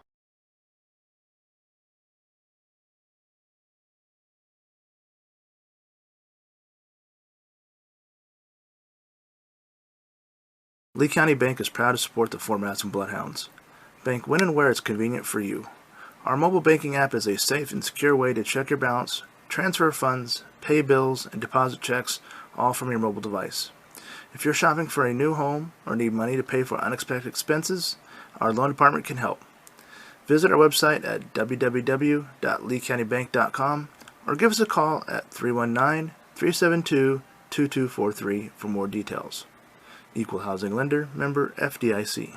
Once a Bloodhound, always a Bloodhound. Realtor Carla McEntee is proud to support Bloodhound Sports. Contact Carla McEntee with Frazee Auction and Real Estate for all your real estate needs today at 217-617-6975. Midwest One wants to be on your team. They can help you with your important financial decisions so you don't have to do it alone. Visit the Fort Madison office today located at 926 Avenue G. Give them a call at 319-372-3991. Midwest One is simply better banking. Member FDIC. Scott's Miracle-Gro Company, the world's leading marketer of branded, consumer, lawn and garden manufacturing, located in Fort Madison, Iowa. Scott's Miracle-Gro Company is a proud supporter of Bloodhound Sports. Mann's McDonald's, located in Fort Madison and Burlington. It's not whether you win or lose, it's how well you eat after the game. Sub Arena Sandwich Shop, winner of the Taste of the Tri-States, voted #1 in Hawkeye's Reader's Choice for Best Sub and Soft Drink. That's Sub Arena Sandwich Shop, located at 2805 Avenue L in Fort Madison. Call ahead for carryout at 319-372-5001.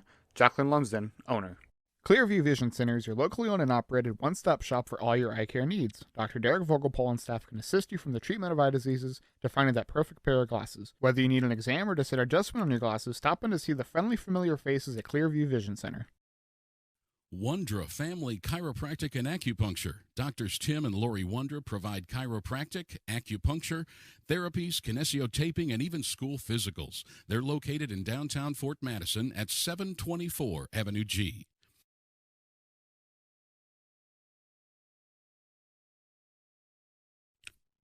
Become a member of the Bloodhound Booster Club today. There are a variety of support levels you can choose. Based on the amount of your donation, you can become anywhere from a sports fan to a top dog. Send money or checks payable to Bloodhound Booster Club, Post Office Box 11, Fort Madison, Iowa, 52627. It's black, white, and red all over. It's the Pin City Current. The Pin City Current is your hyperlocal, super fresh, 24/7 source for news and information that can be found conveniently on your computer, smartphone, or tablet. Follow the Pin City Current on Facebook, Instagram, and Twitter at Pin City Current, and always online on their website at pincitycurrent.com.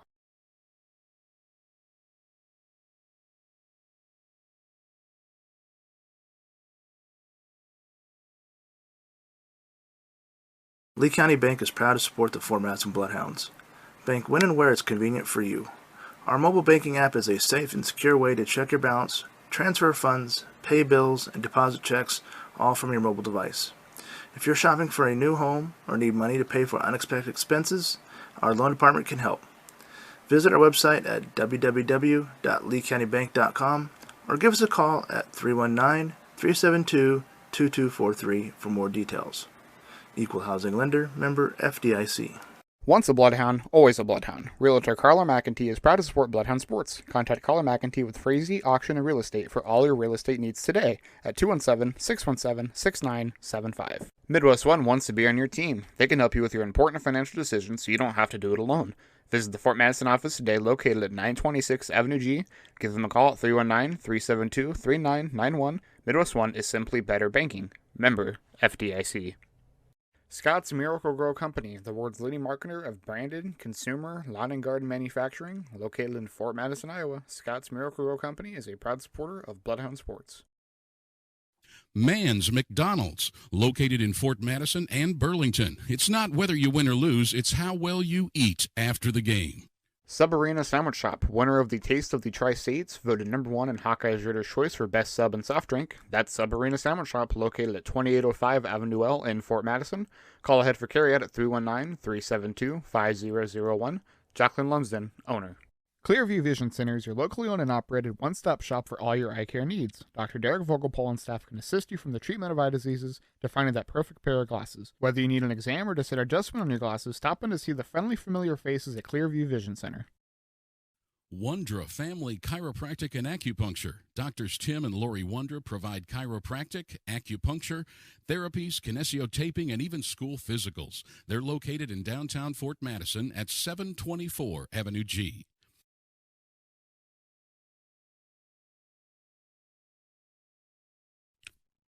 Become a member of the Bloodhound Booster Club today. There are a variety of support levels you can choose. Based on the amount of your donation, you can become anywhere from a sports fan to a top dog. Send money or checks payable to Bloodhound Booster Club, Post Office Box 11, Fort Madison, Iowa 52627.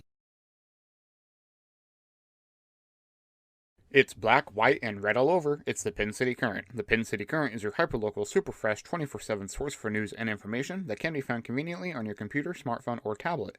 Follow the Pin City Current on Facebook, Instagram, and Twitter at Pin City Current, and always online on their website at pincitycurrent.com.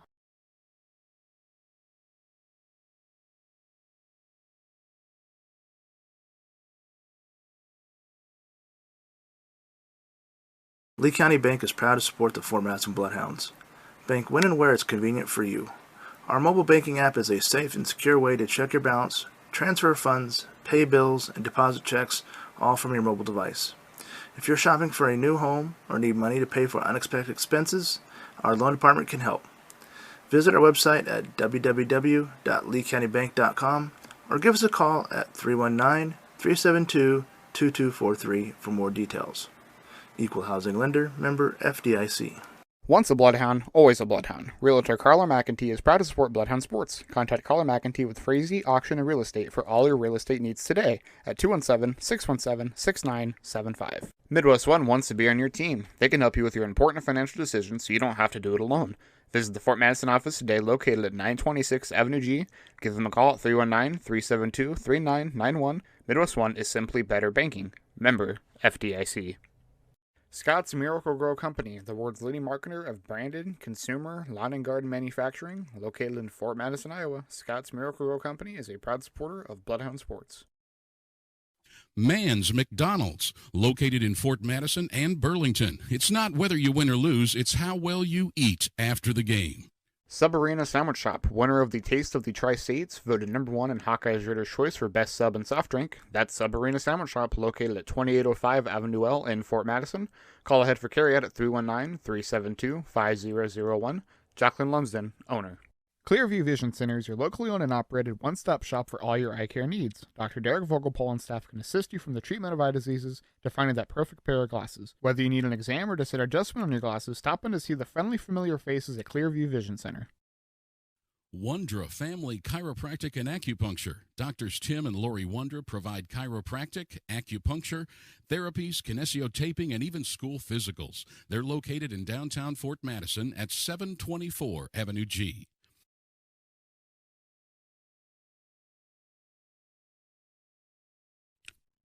Become a member of the Bloodhound Booster Club today. There are a variety of support levels you can choose. Based on the amount of your donation, you can become anywhere from a sports fan to a top dog. Send money or checks payable to Bloodhound Booster Club, Post Office Box 11, Fort Madison, Iowa 52627. It's black, white, and red all over. It's the Pin City Current. The Pin City Current is your hyperlocal, super fresh, 24/7 source for news and information that can be found conveniently on your computer, smartphone, or tablet. Follow the Pin City Current on Facebook, Instagram, and Twitter at Pin City Current, and always online on their website at pincitycurrent.com.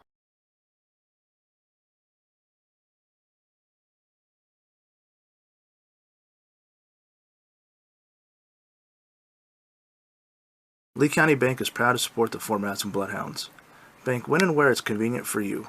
Our mobile banking app is a safe and secure way to check your balance, transfer funds, pay bills, and deposit checks, all from your mobile device.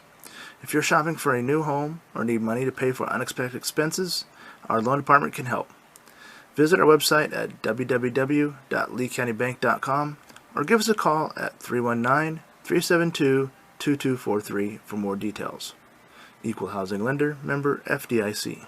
Once a Bloodhound, always a Bloodhound. Realtor Carla McEntee is proud to support Bloodhound Sports. Contact Carla McEntee with Frazee Auction and Real Estate for all your real estate needs today at 217-617-6975. Midwest One wants to be on your team. They can help you with your important financial decisions so you don't have to do it alone.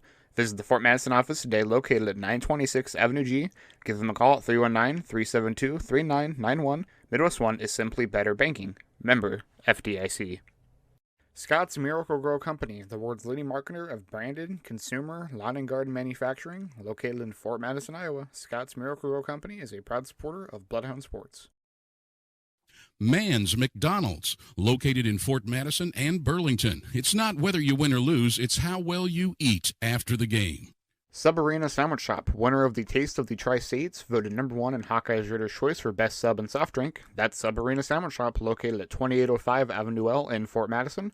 Call ahead for carryout at 319-372-5001. Jacqueline Lumsden, owner. Clearview Vision Center is your locally owned and operated one-stop shop for all your eye care needs. Dr. Derek Vogelpol and staff can assist you from the treatment of eye diseases to finding that perfect pair of glasses. Whether you need an exam or to set adjustment on your glasses, stop in to see the friendly, familiar faces at Clearview Vision Center.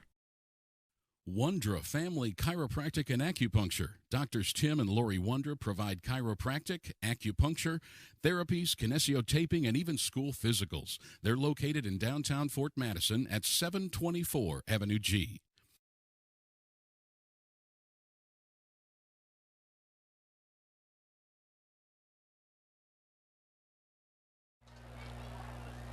I think. Well, it looks like we got a while yet. Tim's just going to sit back, by the way. He said. Okay, so yeah, I'm gonna sit back and not He's just going talk. to sit back and not say nothing. So we're back to start the second half here soon. Hey, I tried to shut up. It's but nice that you're here, Tim. It doesn't work. And then Nick's trying to get something in back here, but it's not working. Oh, I think we've had a great first half. It's been a lot of fun having all three of us up here. I try not to step on Nick's toes too much. You know, I got a little more excited in that second quarter and kind of booted in there a little bit. You get the Nick assignment. That's fine with me. We're having a good time and back to good old times. But we want to see a good third quarter here is what we need. Yes, we do. And the Bloodhounds really need to get off. If we can get off to a good start here on offense, get down and get another touchdown on defense, get a stop right away, and kill the momentum that Fairfield started or ended the game that second half with their second quarter.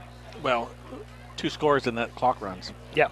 So you don't want to think about that till you get. Well, let's get that and then let's get the first one. 2 weeks ago against Keokuk, we come out in the second half, and Tate Johnson ran that thing back for a touchdown. Pretty exciting. I think Nick's voice went up an octave or two, maybe. Did you? Yeah. Nothing bad. It was exciting. Very exciting. Well, they've put 3 more minutes on the clock, so we will go back and run a few more ads. I wonder if that's what they're discussing here. We'll be back in just about 2.5 minutes here on Bloodhound Sports. Become a member of the Bloodhound Booster Club today. There are a variety of support levels you can choose. Based on the amount of your donation, you can become anywhere from a sports fan to a top dog. Send money or checks payable to Bloodhound Booster Club, Post Office Box 11, Fort Madison, Iowa, 52627. It's black, white, and red all over. It's the Pin City Current. The Pin City Current is your hyperlocal, super fresh, 24/7 source for news and information that can be found conveniently on your computer, smartphone, or tablet. Follow the Pin City Current on Facebook, Instagram, and Twitter at Pin City Current, and always online on their website at pincitycurrent.com.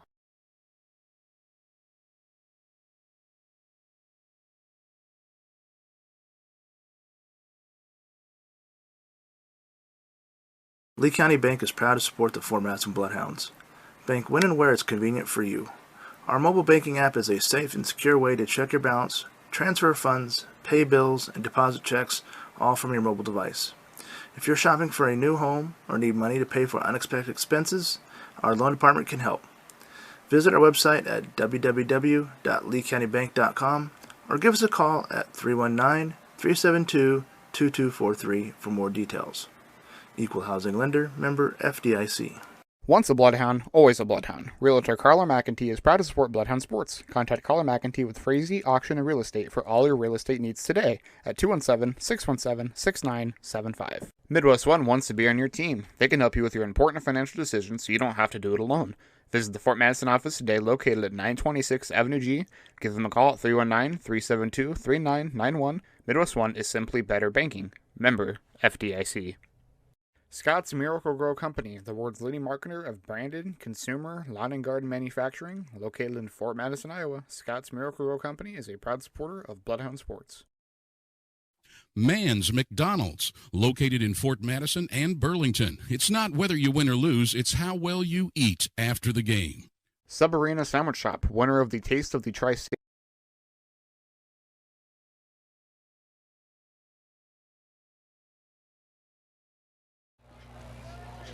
So it's All right, now we're really back for the start of the second half, at least should be. And Bloodhounds are set to receive the kickoff here. And Kind of confused at first of if we were going to, but it looks like we are officially going to. I think it was more of a, I think it was a timing issue with the clock.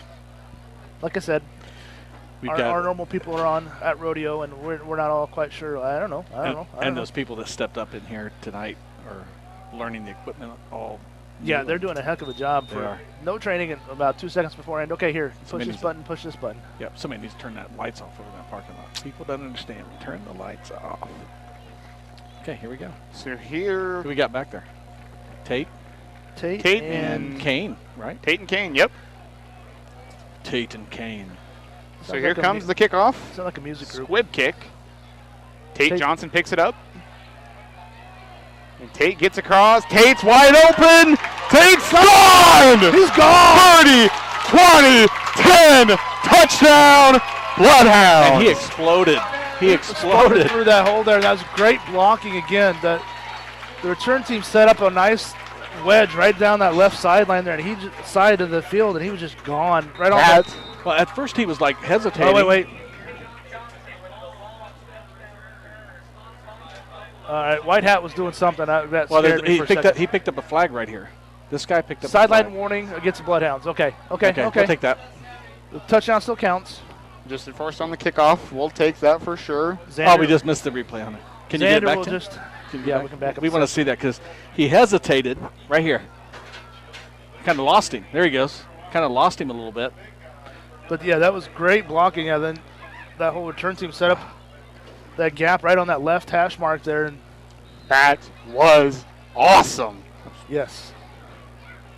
So here we go, Xander Wellman. The extra point. Snap is back. Ball is down. Kick is up. Kick is good. So for Xander here, we're going to have to extend those uprights about another 10 feet up so we can tell for sure. Because the officials are not quick to it's like you're looking right there, dude. Put your hand up. No, they look at each other, count to 5, and then put their hands up. So Bloodhounds extend the lead 28-0. We shouldn't really talk about this because somebody thinks I'm going to jinx that. But, right? No, you didn't. She's listening. Not before. See, you let the man make the field goal first, then you say something. Well, we were talking about him kicking pregame, like from the 35-yard line with over the goalposts. And they were good. And it was still over the goalposts, over the top of them. And I said we need to make them 10 foot taller. Of course, that's, how expensive goalposts are. I did not realize how expensive they were until our former AD, Mr. Swink, was talking about replacing them and showed me some prices. And I'm like, holy crap.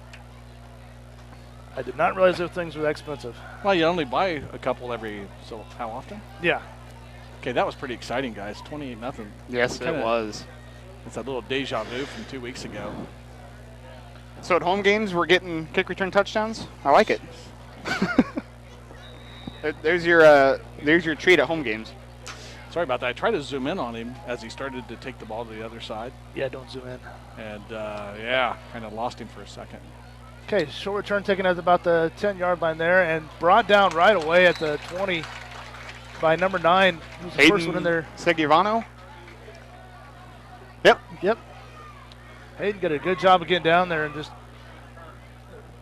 making a short stop and just bringing him right down there. There was no way getting out of that tackle. Yeah, wrapped up, and that was it. Okay, this is going to be interesting because we talked about Fairfield moving the ball like they did, but that was Fort Madison was more in a defensive mode with the clock on their side.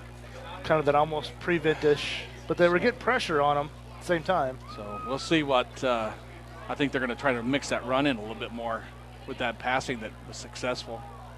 Let's see, if I was Fairfield, I must go to a quick pass offense here for a series or two just to see how that works. And there it is. Quick pass, incomplete. So the quarterback was rushed. He threw it at the feet of the receiver. The receiver hadn't turned his head around yet. And Mikey DePrima was coming.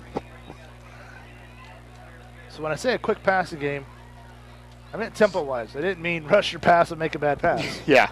But we'll take it because that's an incomplete pass. Yeah, they want to do that a bunch more times, that's fine. Yeah, if he wants to throw it at the feet of a receiver. Okay. He's not looking. Stopping the clock here for something. No, somebody had to pick up something. So back to 25 on the play clock. Got 2 to the left, 2 to the right, 1 running back in the backfield. Okay, watch Whelan coming across the middle there. Basically, at that middle official's at.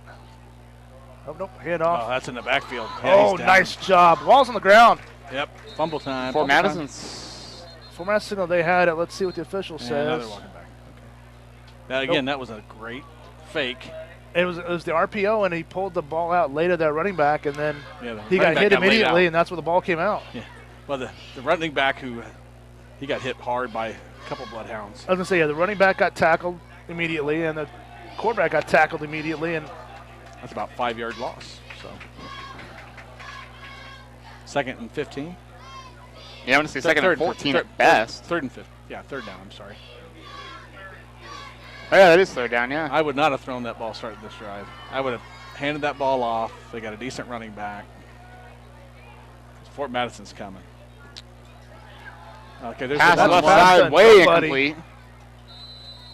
Mikey DePrima on. again, like Bill had been saying, Mikey just shut his guy down. The receiver was supposed to be 10 yards downfield, and Mikey checked him up the line of scrimmage and didn't let him go anywhere. He's got those long arms, and he's just, yeah, like you said, just keeping him in. He didn't have a chance to get out and get loose a little bit. And Mikey's, not like he's a huge, big, strong, big kid.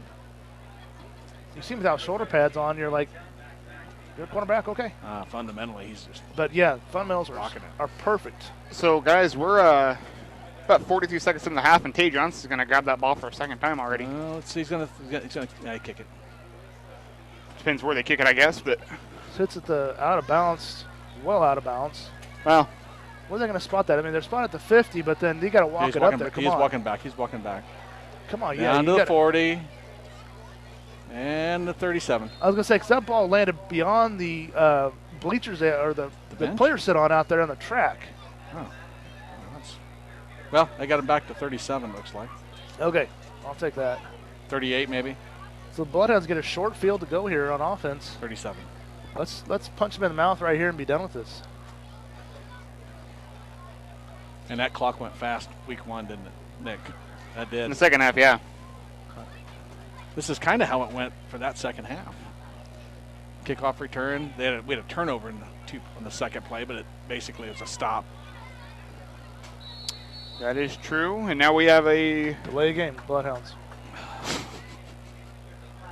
Well, we were waiting for them to run the ball out, get their defender out there. Yeah, Landis is not happy about it. No, we were lined up ready to go, and they were making their substitution. I guess you just snap it and let them get a too many men on the field penalty.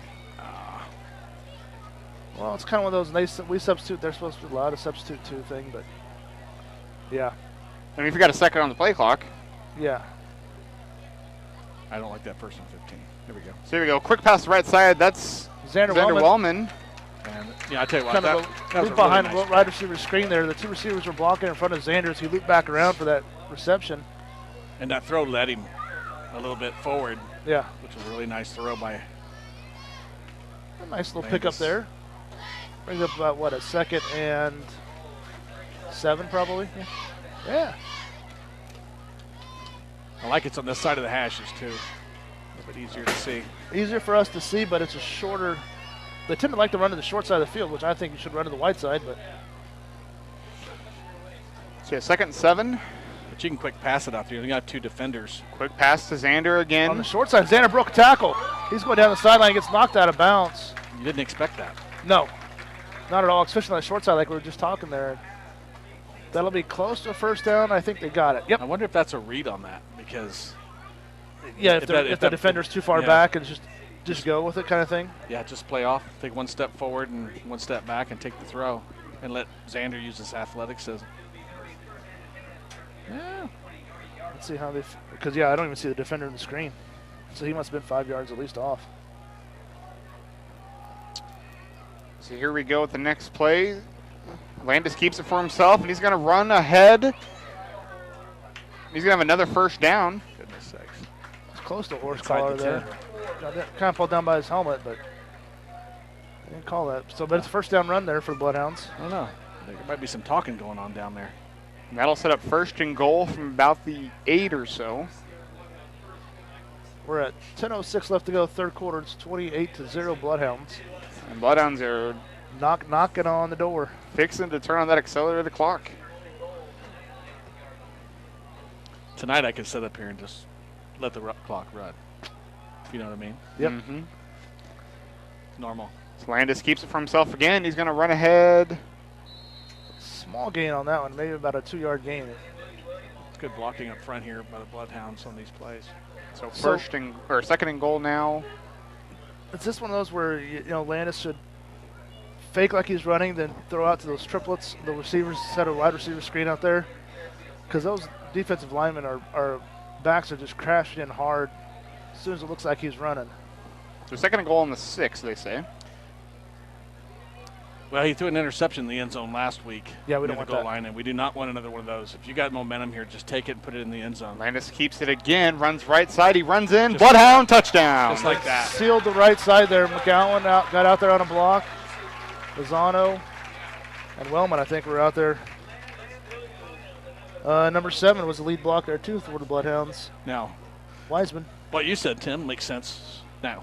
But that really hurt us last week Yeah. with that interception.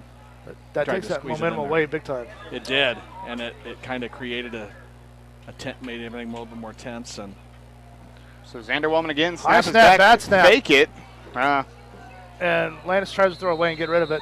That was a very high snap, and Landis had to stand up and jump to catch that. Man, So there was no chance for the extra point there. I just had to say that we're knocking on the accelerated clock. I just had to say that, So didn't I? I can hear Mr. Wellman's mom out there in the background I'm waiting for saying, she's mad at you.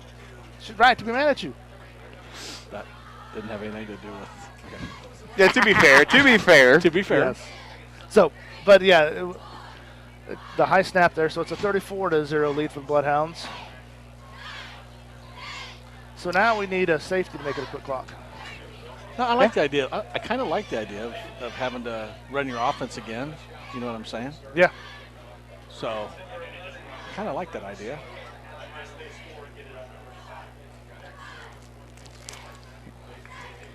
And our cheerleaders are back there doing their jumping jacks.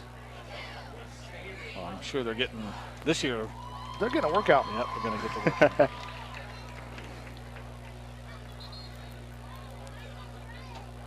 Xander and special teams into their pretty much ready to go. Fairfield is now running out. Sanders stretching out again before kicking off. So again, you look at Fairfield their first 2 weeks.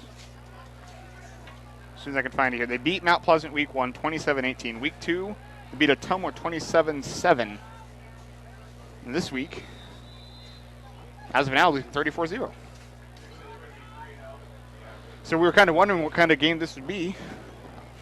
And pretty quickly, we got an answer. I think they were feeling good about themselves. There's a kick. Booming kickoff there. Into the end zone for a touchback. Nice kick. It is a race to get the ball, isn't it? Or back to the end zone. They have. I would not be surprised if they don't have a clock on that, and to go back at when they're reviewing film tomorrow and stuff. Say, okay, guys, who got to the end zone first, or who's the fastest one on the kickoff team to get back here? Because Well, you got 14 Tate Settles back there. and 19 was they were sprinting up, And then you got Deers back here also, Mike. and Eric Millard. Miles, I'm sorry, not Mike. Yeah, they all were. I mean, it was a dead sprint, even though it was a dead ball.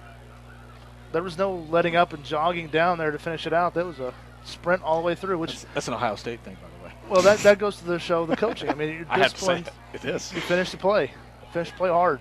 No halfway. So 2 on the left, 2 on the right for Fairfield. 1 running back in the backfield. Be a pass play.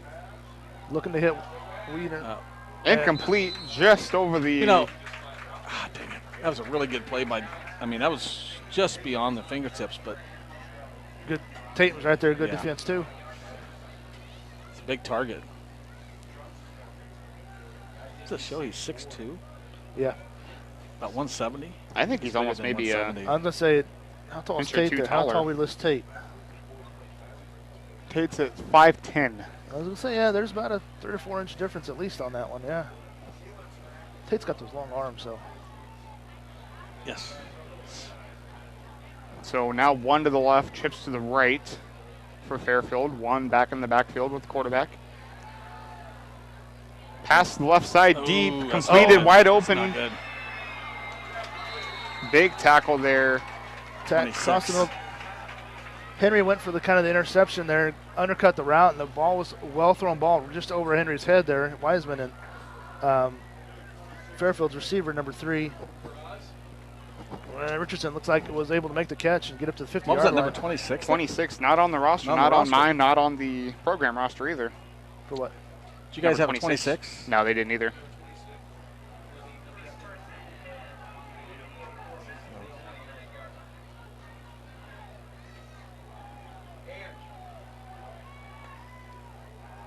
Quarterback back to pass again. A little bit of pressure, rolls out, throwing deep to the right side here. Kind of a duck up there. Incomplete. Nice That was a nice breakup by Wiseman. Gavin Wiseman on the break for that one. That was a wounded duck throw there. Before, Allen's throws have been beautiful spirals. That was less than.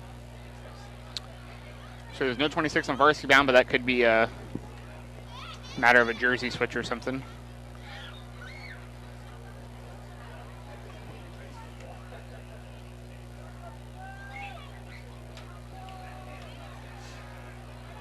So 2nd and 10 from the 49-yard line, 8:31 to go, third quarter. Fairfield runs 2 to the left, 2 to the right, 1 running back in the backfield with the quarterback. Another pass. That's a hold down there. Oh, no flag. Holding the line of scrimmage. 26 again makes the tackle. Ensminger comes in there for 26 now. Number 54, Ensminger. I don't know who that is. I'm going to say Ike Thatcher had the tackle, but I thought 26 was in there too.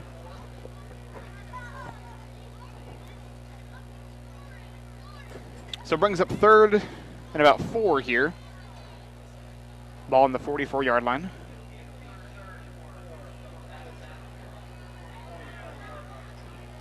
Trojans again, 2 on the left, 2 on the right for receivers.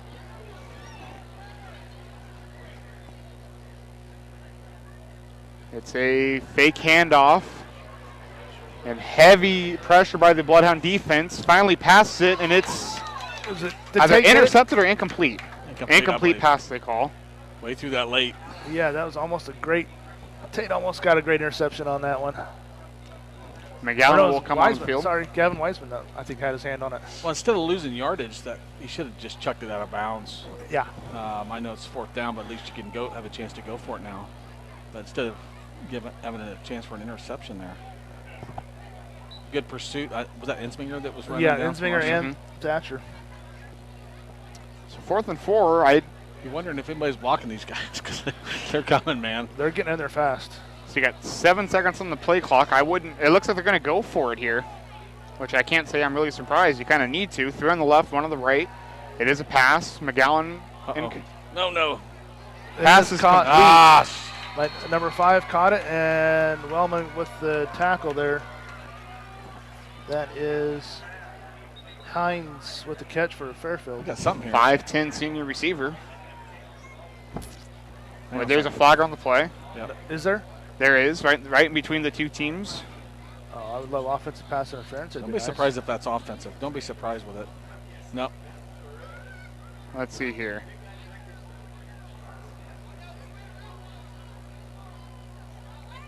Because he did get open really quick.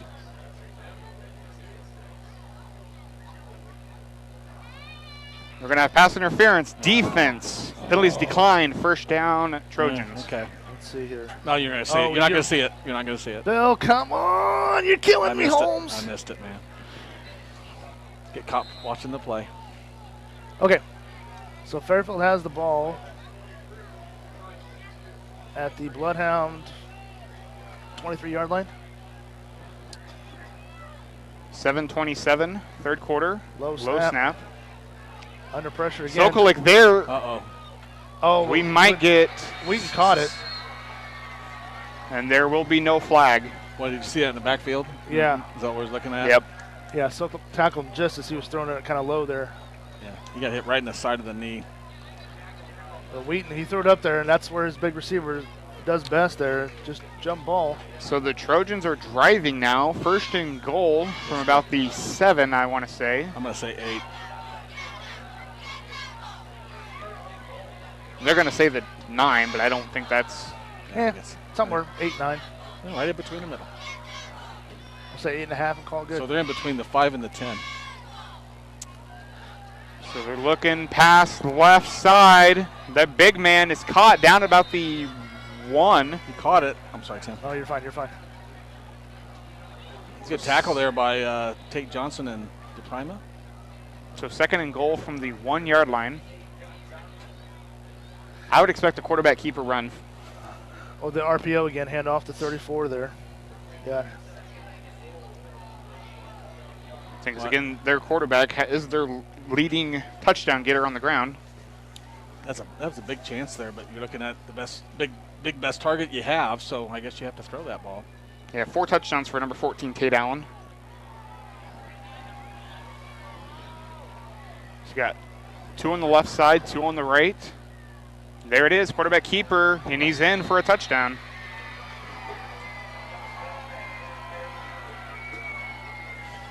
So 34-6 now with 5:55 third quarter. First score on the Bloodhounds this year. It is, yeah. So not a good easy feeling. feat, yeah. Well, you take that pressure off, right? Going forward. You got no scoreless streak.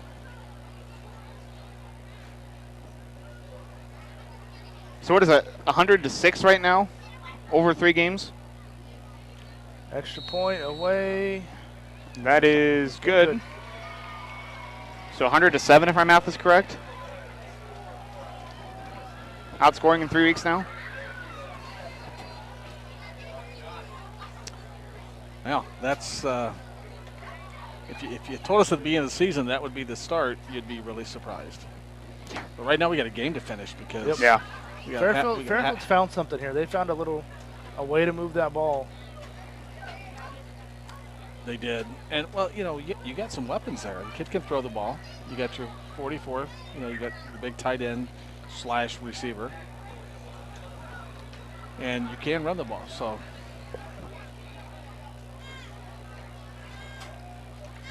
Kind of see how the Bloodhounds respond to that. Nice return here. Would help take the wind out of Fairfield's. Because it's gone sails noticeably right quiet here. Yeah. At Richmond Stadium, Jim Ewell Field. The wind is completely blowing outside too. It's very still all of a sudden. Honestly, I didn't expect to come in here, or Fairfield to come in here and not score. It's a lot to ask. Like you said, it's kind of that pressure's now off too, keeping that scoreless streak going and stuff. Yeah. So now, if I'm Fairfield, I'm not cooking anywhere near Tate Johnson. You got Tate and Kane Williams back there. You think, Tim? Yeah. Let's see what he does here. Nope. Squib Line kick. drive, squib kick, right? Well, kind of. That's where he picked it up first week 1, right there. And he's going down the sideline here. He's going to get knocked out of bounds. They tried to kind of pin him to the sideline. Right around the 35-yard line. That was exactly during the Kia Cut game where he picked that up Yeah. at the 18 or something like that. All right. So Bloodhounds have decent field position to start. All right, we need a nice drive here. We got to keep that moment, get the momentum back, and really. Let's see if we're going to get some people in here. We got Miles Deers in. Bottom of your screen. I'm trying to see. And for Xander Wellman. Tate's up top. You got Gavin Wiseman. And Kane Williams are your receivers. Jacob McGowan's your tailback. Line looks the same. Of course, QB1. Landis Williams, we have a stoppage. I think we delay a game. Timeout. Timeout. Fort Madison.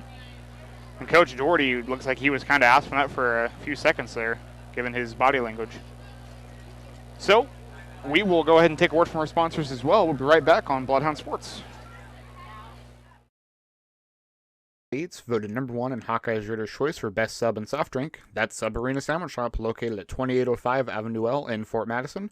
Call ahead for carryout at 319-372-5001. Jacqueline Lumsden, owner. Clearview Vision Center is your locally owned and operated one-stop shop for all your eye care needs. Dr. Derek Vogelpol and staff can assist you from the treatment of eye diseases to finding that perfect pair of glasses. Whether you need an exam or to set adjustment on your glasses, stop in to see the friendly, familiar faces at Clearview Vision Center. Wondra Family Chiropractic and Acupuncture. Doctors Tim and Lori Wondra provide chiropractic, acupuncture, therapies, kinesiotaping, and even school physicals. They're located in downtown Fort Madison at 724 Avenue G.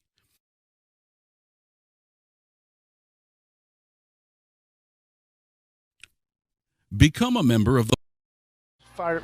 They're taking a little bit to get their calls down on offense too. See, that clock is running. We're back following the timeout. And our players are looking at the sideline waiting for a call here. So it's kind of the official. Our coaches, offensive coaches, aren't getting the signals. 10 seconds on the play clock. Call down here quick. They're taking a while to get the plays. That's okay. Well, see, that's okay if the clock's running, the game clock. Pass left side. Tate Johnson has it. He's going to run ahead. He's going to pick up a first down. Kind of a little wide receiver screen out there, that left side. They will move the chains. First down. Miles Deere still at the bottom of your screen. Gavin Wiseman will join him. Up top is Caden Williams and Tate Johnson. 5:35 third quarter. Bloodhounds lead 34-7. Fairfield has all three of their timeouts for the half. Fort Madison down to 2. Landis is going to keep it. He's going to run ahead. He's got a lot of open field there because he picks up a first down of his own. Nice little about a 15-yard run there. Jacob McGowan was out in front of him, and he was too far out in front of him. Landis followed his own path. So back-to-back first downs, and the Bloodhound offense is driving here. Trips to the left.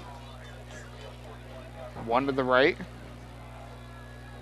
McGowan in the backfield with Landis is going to look left side. He's got a defender there, but he passes. He's got Gavin Wiseman wide open for another Bloodhound touchdown. Yeah! That was a beautiful That was a pass. great job. Landis looked to his left like he was going to throw out in the flat, and the defense moved to that. They bit.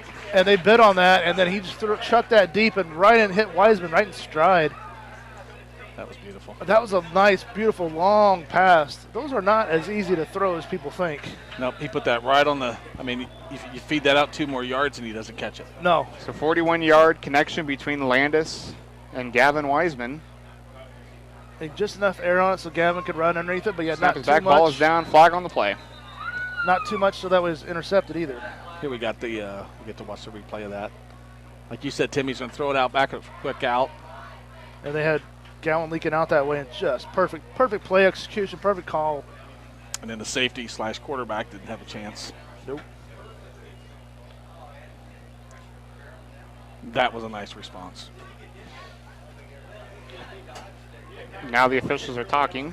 Trying to figure out what their flag was about.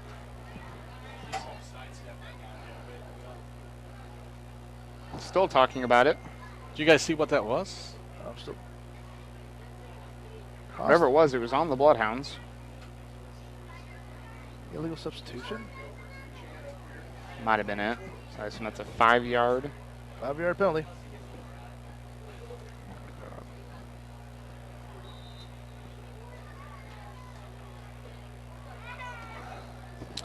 So now for Xander. Snaps back, ball is down, kick is up. Kick is good. 41-7 game now. I got it moved for you. Did you move it back a little bit? No, I just left it zoomed out and just moved it over to the field goal. All right, so now the Bloodhounds have that 41-7 lead. Still 34 point, not a 35 point. I mean, it's almost one of those. You're like, if it wasn't meant for the penalty, do you go for 2 to get that quick clock? But then is that also rude and running up the score kind of thing? And well, if you want to put it into the 35, you go for 2. And then you start putting your subs in a little bit, and that's going to, prevent injury. There's all kinds of reasons to do it, I suppose, but then again, just kicking it. And, considering we had a bobbled kick last time there, the high snap, so we need to get that back down into I had one last week. Routine. And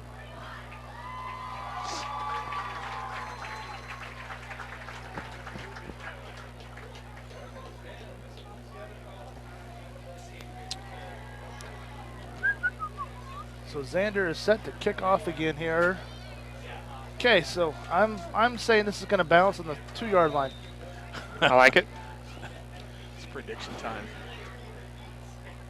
Oh my gosh. Oh, my gosh. that was close. I have not lost my touch. But it stopped right on the 2. I hit on the 2. Hit on the 2. Stop. Yes. Well, that's what I said. It bounced on the 2. And it did. Okay, you got all your, let's see, 19, 14, 57, and is that 9? Eric Millard, Tate Settles, Hayden Segoviano. All met in the end zone. They went on that kick. They went on that ball that you said Tim would stop right there. I said it landed 2. I didn't say it stopped there, but That's they true. were That's trying true. to get it. They were trying to down it right there. So quarterback's going to keep it, go up the middle. He breaks a couple tackles and then gets 5 yards. Ensminger got him by the ankles. You're not getting out of Ensminger tackle. You're not getting away from him. It's a nice breeze coming in, guys. Until it's. Let's say that you look at the flag over there. It's got just a little bit of a motion to it. It's really wonderful weather out here to watch a ball game. And I tell you what, the crowd is mostly still here. Mm-hmm. Yeah. Great night for football. Great night for rodeo up in Fort Madison. So up in the park. Quarterback's going to fake it. He's Uh-oh, getting that's sacked. We had 2 guys beating at the quarterback. 55 and. I want to say Ensminger. 54. Nope. That was McGowan. McGowan, Jacob McGowan coming across there. Yeah. Tanner Settles and Jacob McGowan met at the quarterback. He looked a little confused right off the bat. I think there was a broken play on that maybe. Well, I think he was trying to set up a fake. Looked like he was trying to do the shoulder roll like a fake throw, and then I don't know if he was hoping to go deep, but he didn't have time. Man, they're coming. And they met there. It wasn't like he could go left or right to get away. It was. So our defensive linemen are standing these guys up, and then our linebackers are just pursuing in. So 3rd and 14, trips to the right, 1 to the left. He's looking left side, throws left side, incomplete, just over the hands of number 3, Tate Richardson. I was kind of holding my breath a second. They thought they might go with pass interference, but I don't think it was a catchable ball. If it had been close, I could have saw them do pass interference. I think he got a step on him, and defensive back tends to kind of reach a little bit when he's beat like that.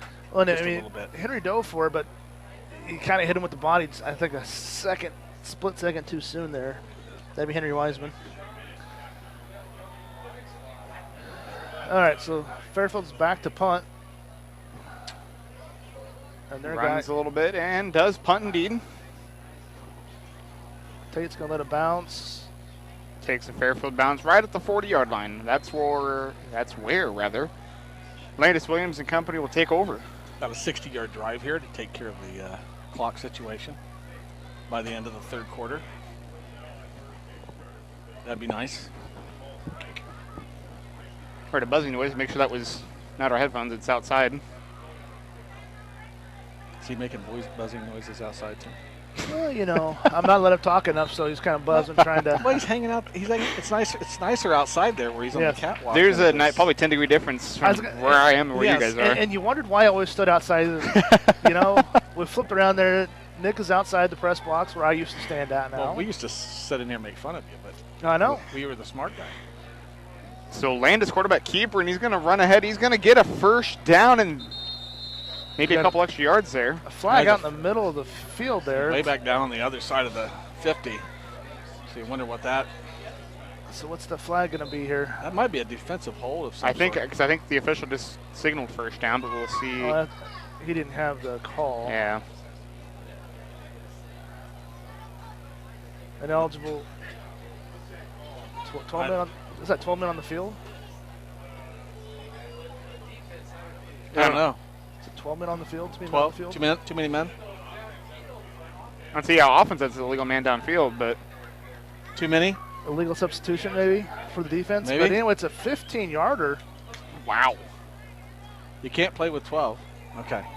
Maybe. I don't know. We'll have to maybe.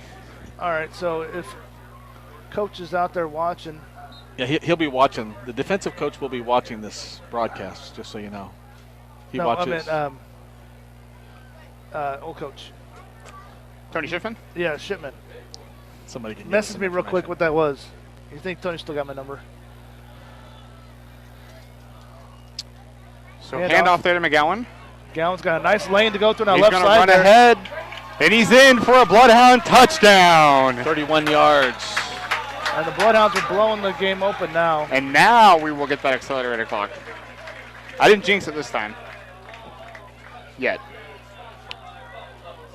So I just want to give a kind of a shout out to some of the linemen that I've seen out there, offensive linemen that have been just making massive holes here all night long for these guys and keeping the pressure off of it. You've got number 75, Matthew Moore, is the left tackle.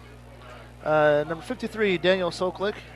Number 54, Austin Insmanger. Snap is back, ball is down, kick is up, kick is good. He likes that left upright. Yeah, he does. Yes, he does. And then subbing in when Austin comes out is number 56, Abram Lawrence, in at center there. And then the right tackle is Mateo Lozano. These guys have done a terrific job tonight. They have. Both sides. So Bloodhounds I extend think the I'm lead missing one 48-7, 3:06 third quarter. I'm missing one of them. There's been another one that's been in there. I'll have to watch. But Well, we yeah. had 56. Oh, it's Settles. Where's Tanner at? 55? Tanner Settles, the other one. That moved down in there. It's been open in the holes, too. Yeah, Abram Lawrence comes in at center there for Austin one to give Austin a breather. Yes. It's good to have those two centers in there, complementing each other. Yeah. And you know, it would be easy to, if you switch centers like that, to have a missed snap or lose your, your calls and that kind of stuff, or, have a little different rhythm to it. You never notice when those two switch out. Something really cool is the cheerleaders do jumping jacks for each point. The student section is getting a little bit of a chop as well. There's a line drive kick picked up just inside the 10-yard line. Brought out on the far side and tackled just over the 30, it looked like. And he gets out to, 30, 2? Now that clock's going to run here when they snap this ball. So we're at 2:58 left to go in the third quarter.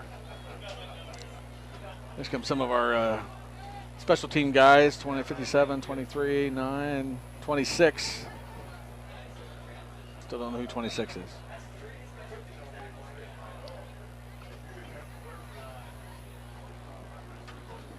Guys do a good job going out there on those special teams and taking care of business. I wonder if, do you see a 27 on the sideline? It's 27's Caleb Bolander. Yeah, no, that'll be a little wide receiver. He's too big to be a wide receiver. Well, it's somebody else that's got a jersey changed. Well, Run up the middle goes nowhere. I heard Bolander during the JV game the other night. He was quite active. By last name, I don't remember what Oh, no, number he's he was right using. there on the sideline. White shirt, 27. Next to Faulkner. I was just trying to guess somebody kind of around that number there in that spot. But that's a name you're going to hear in the near future here. So 2nd and 10 for Fairfield. So you have 2 receivers on the left, 2 on the right, 1 running back in the backfield. So your pass play thrown deep right side. That's way overhead. Good job by Wiseman keeping up with the receiver. Ball was overthrown. If I'm Fairfield, I'm down 48-7. I want to move the ball. So jacking long passes isn't going to get you back in the game. Not this late. You need to go back to hitting Wheaton, the 44, across the middle there, doing his end cuts and drag routes. And he probably doesn't want to do that again. But after he's that not first even out quarter. there. Oh, is he the far receiver? So now the Trojans will run trips to the left, 1 to the right. Okay, there's Ensminger in on the quarterback, grabbed him, and finally brought down. We have a flag on the play. I'm sure that's going to be roughing the passer. Or a face mask. All I know is I was watching that and I saw Jacob McGowan going in there and kind of jump over somebody to go back there. Face yeah. mask mask, defense. How many people were on top of that quarterback? Almost like at least half the defense, I want to say. That was good coverage in the secondary. Well, he can have a chance. There's Ensminger. Yeah, I see what you're saying about McGowan jumping over. McGowan jumping over his blocker. Knocked him down and jumped over him. So they're going to give it back to the line of scrimmage. Yeah, it's just a 5-yard penalty. That's okay. So still third down. Yeah, it's third and it looks like about 13. There's that big of a loss on the play. Boy, that was some massive pressure by the Bloodhound defense. This is beautiful to watch. Here comes McGowan is right there. Oh, Brings him down. McGowan coming from his blind side. He's been right there all night. Nobody open back here. Yeah. Nobody. 44's not in there, guys. 5 No. and 12 and 3 are going out as receivers. How tall is 12? He looks like he's taking 44 spot there. That was. Oh, that's Sam Wheaton. That's his brother. He's a sophomore. It's just. Doesn't have a height. Yeah, they had a lot of people missing height and weight on their roster. That was just. It was beautiful coverage and what Jacob McGowan's having a day. Yes. They'll have to run one more play here, but that'll be the last play of the half. Or the quarter, rather, I mean. Which is a punt, maybe. Yes, it is. Oh, here comes. That's out of bounds. Just No, near it field. bounced on the sideline there, coming to the middle of the field there, right at the 50. And so they won't take it very far. At the end of the third quarter, Bloodhounds lead 48-7. We're going to take a quick timeout. We'll be right back on Bloodhounds. A Bloodhound Booster Club today. There are a variety of support levels you can choose. Based on the amount of your donation, you can become anywhere from a sports fan to a top dog. Send money or checks payable to Bloodhound Booster Club, Post Office Box 11, Fort Madison, Iowa 52627. It's black, white, and red all over. It's the Pin City Current. The Pin City Current is your hyperlocal, super fresh, 24/7 source for news and information that can be found conveniently on your computer, smartphone, or tablet. Follow the Pin City Current on Facebook, Instagram, and Twitter at Pin City Current, and always online on their website at pincitycurrent.com.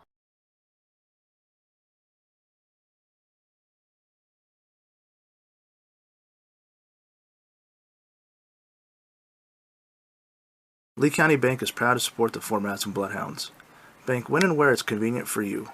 Our mobile banking app is a safe and secure way to check your balance, transfer funds, pay bills, and deposit checks, all from your mobile device. If you're shopping for a new home or need money to pay for unexpected expenses, our loan department can help. Visit our website at www.leecountybank.com or give us a call at 319-372-2243 for more details. Equal Housing Lender, member FDIC. Once a Bloodhound, always a Bloodhound. Realtor. Okay. All right, we are back following the end of the third quarter break, start of the fourth quarter. So what do we got here?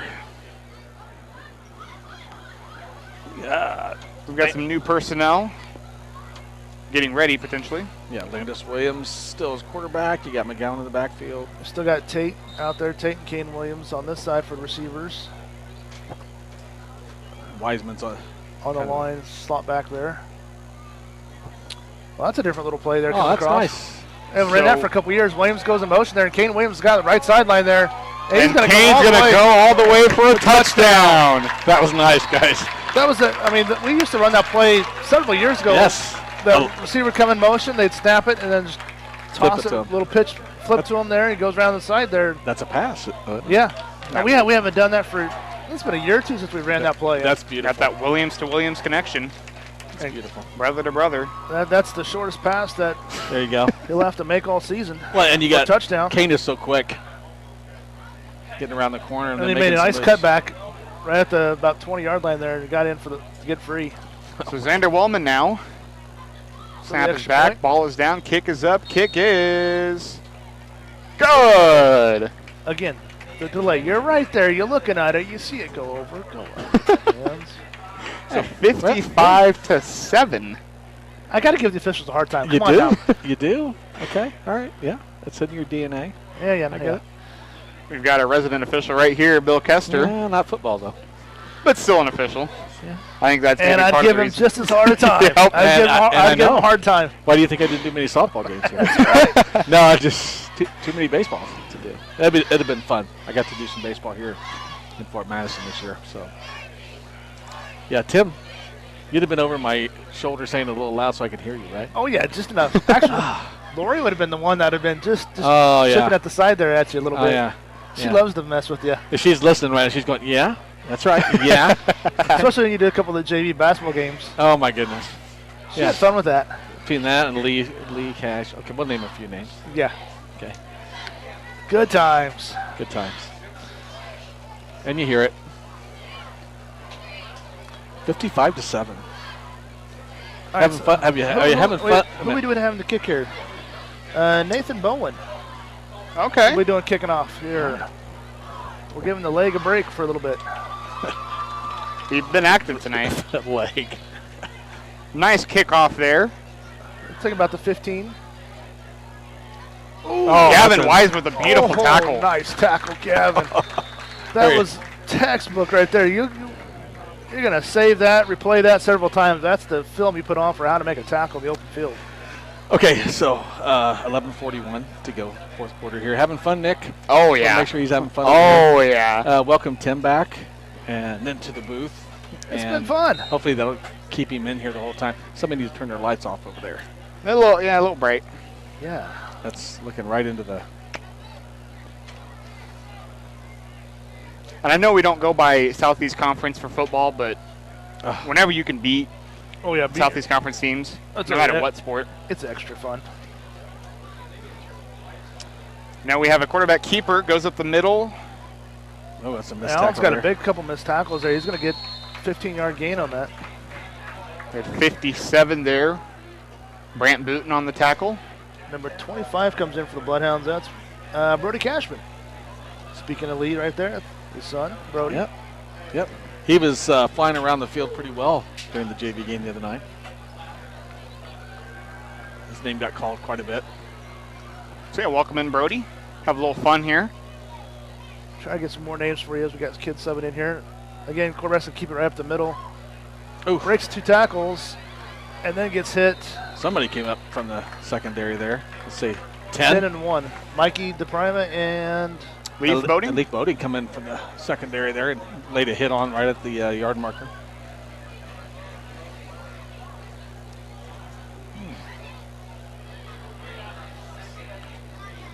No handy dandy flashlight this time, Nick. It's in the bag somewhere. That's all right. I can dig it out for you. You guys can see those. There we go. Yeah, right here, right there. Or is that too far away you can't see? I got my glasses on. Pass attempt here. Passes deep right side. Nice Hip breakup. there. Number 26 again, the kid we don't know the number for. Somebody give us 26, please. Text one of us. Yes, Message please. one of us. It's your son out Do we there. not know 26 yet? It's a. He made a good play on that. It's obviously a jersey change, I'm sure. Yeah, because I don't remember 26 the last couple of weeks. Thank you. Still in the same spot it used to be. I had to dig to find out, make sure it was. 3rd down and 3.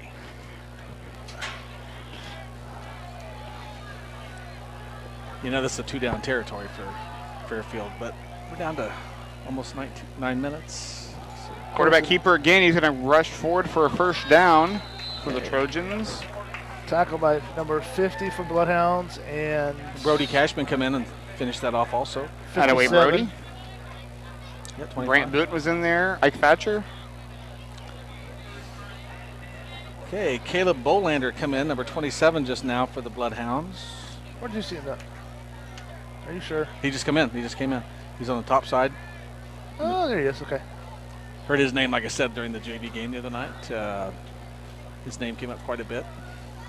Mikey DePrima came out as well as Henry Wiseman. Great game by those two guys tonight. 2 receivers left, 2 to the right. Quarterback's looking to throw. Throw a deep pass across the middle there. It's going to be caught and tackled right away at the 20-yard line. Tackle is made there. Brody Cashman. Or Caleb Bolander. Yeah, it's Bolander. Yeah. So 25 and 27 just added this week. So 19-yard line. Didn't put much zip on that ball, but he got it. Just kind of got it out there. Nice, easy throw.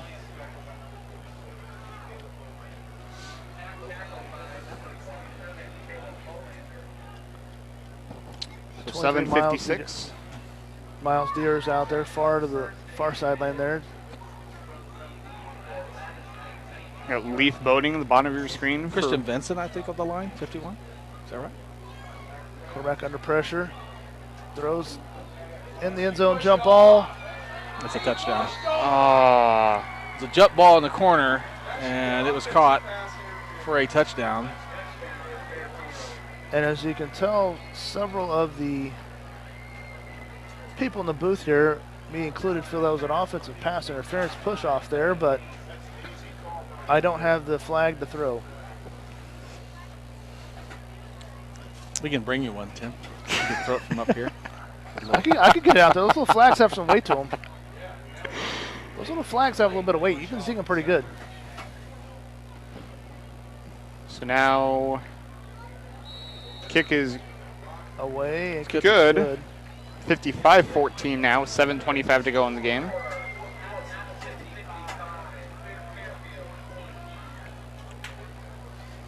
And Tate and Kane, they didn't even wait to be, hey, no, don't go out there. They grabbed their helmets. They're running out there to return that. They're like, no, you get me on this field. I want to play some more. Well, I think you have the special teams players anyhow. I don't think they're probably subbing out on that right now anyhow. Maybe I'm wrong on 14, but see, I don't know if he was out there the first time. You still got Teague Smith out there. And we're flipping the field. Why are we? Yeah. Yeah, they walked out there on the wrong direction. They just wanted out there. Like, I went out here. I want to get going. Let's get going. Yeah. Well, the last time they were out in that position, they were third quarter, so flipping like it did. Yeah.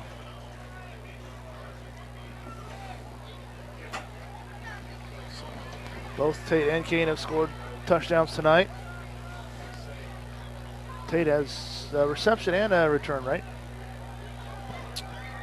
I believe so. And Kane has. Yes.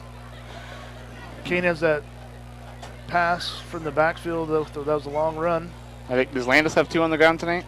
Yep. And then Gavin Wiseman has one in the air as well. Yep. Some good-looking stats after week 3. Yeah, and spreading around, I like that. Multiple different people are scoring. It's not just 1 or 2 players, and different facets of the game. Kickoff will go to Tate on the right sideline. Oh, he lost his feet. Lost his feet there a sec. We have a flag on the field. Way back there, midfield. It could be on the kicking team that far back.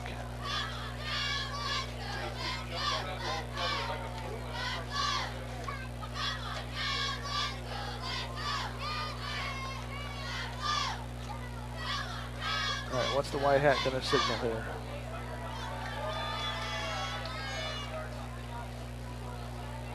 Well, we're backing up an awful far. So I did not see what the signal he made there was. I did not either. He should give it again. So it's a 15-yard back, penalty back, down around the 16, 17-yard line. Yep, nope, he's not giving it again. He should be giving it. Okay. Okay, so we have a new quarterback for the Bloodhounds and running back. Aiden Boyer is our quarterback, number 5 for the Bloodhounds. And Teague Smith looks like he's in the backfield as a running back. Teague is a very good running back there as well. Yes, he is. And we have unknown 26 as a wide receiver out here on the near side. Hand off to Teague there. Goes right up the middle. Volcom out there?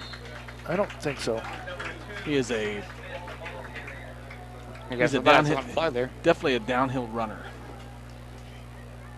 Well, he's got that great balance from wrestling. Teague's a very good wrestler, and he has just that excellent balance and low center of gravity there. It's hard to bring down. Jacob McGowan had a really good game back there today, running the ball.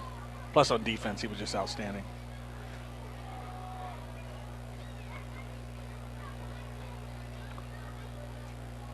High snap, ball on the ground. Okay.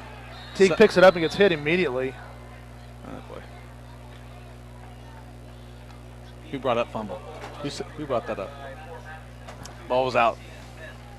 Yeah. Okay, so now it's back to 3rd and about 5 now. 3rd and 7. I'm just thinking out loud. 26, maybe Cade Denning. I don't see a 6 down there anywhere.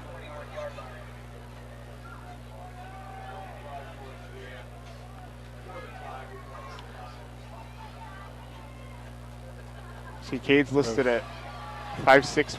That ball was a bad snap. Sorry about that, Nick, but No, you're good. ball was snapped back to the right. Nah, this kid's bigger than 120. Aiden Boyer. So he had to fall. Hey, on I it, can so see it, yeah. We're going to go with a 3rd down on long here. Sorry about 4th 13. down. 4th and very long. Sorry, 4th down. Yes, thank you. Okay. This will be a punt unit here.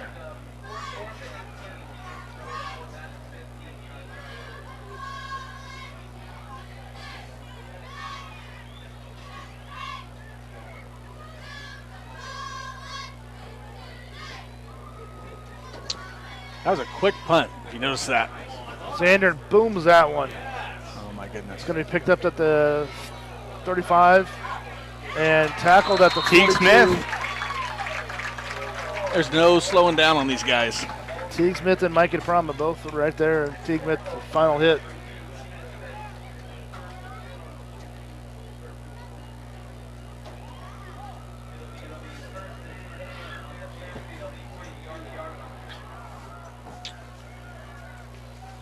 Once again. Okay, so I just got a message. Jordan Simpson is number 26. Ah, there we go. Okay, normally listed at 88. Excellent.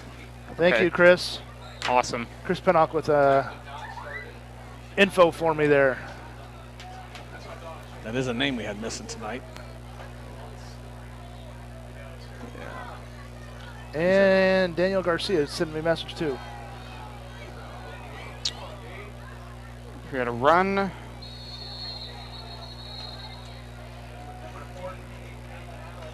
Run up the mid to left side there. Picked up about 5-6 yards. I love it when our fans can step up like that and help us out. That's just, we got the greatest fans. Yes, we do. Now, Bloodhounds were signaling it was a fumble and they picked it up. And they're talking about that now on the field. Watching the play here. That is that. Yeah, It was out. It was out. And who was it? Simpson. Jordan Simpson jumped on that. Yep. It did come out before he went down. The question is, are they going to call that? We're having quite the discussion of it right now.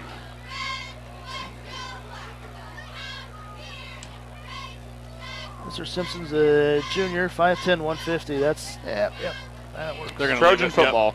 Yep. That's, if you're not sure, they're going to leave it in the possession of the team with the ball. So. I want to thank our sponsors again here real quick. Bloodhound Booster Club, Penn City Current, Lee County Bank, Midwest One Bank, Carla McEntee with Frazier Auction and Real Estate, Scott's Miracle Grow Company, Mann's McDonald's, Subarena Sandwich Shop, Clearview Vision Center, and Wonder Chiropractic and Acupuncture. Quarterback keeper. Somebody got a good wrap up over there. It's going to be hard to see who it is. So they're going to bring up 3rd down, and actually, That'd be about 3rd and 2. I thought at first it was a lot closer to that 1st down marker, but Jackson Morris, 69. Tackle. Well, that looked like a 1st down easy, but that's what I thought too. But I like the outcome. 10 seconds on the play clock. Plenty of time. Quarterback keeper again.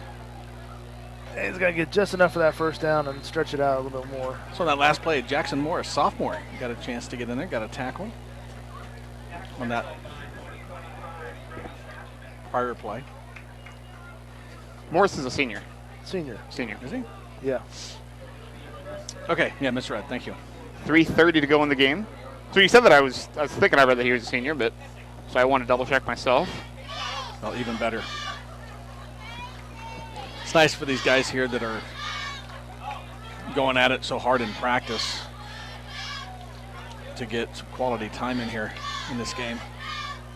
3:10 to go. 4 seconds on the play clock. 2-1. They got it off. Throwing deep left side. Nice break up on that one by Incomplete. Miles Deere, I do believe, was over there. Knocked that away. Miles read it very well. Knocked that out of his hands. So 2nd and 10, 44-yard line, 2:48 to go. I suppose this unit out here is really not wanting to let another, Fairfield score. So we're down to about 2:38 running. So we'll be at 2nd down and 10 from the 44. Yeah. Nice play there by My math Miles. is right in my head, which I've never been good at math. I think 121-14 as it stands right now on the season. Outscoring opponents. Quarterback's going to get dropped for a loss. They're quick on the whistles on that one, too. 57 for the Bloodhounds. Brandon Booton on the tackle there. That'll bring up 3rd down. I don't know what he was trying to do there. It's called 3rd and 12 with 2 minutes left.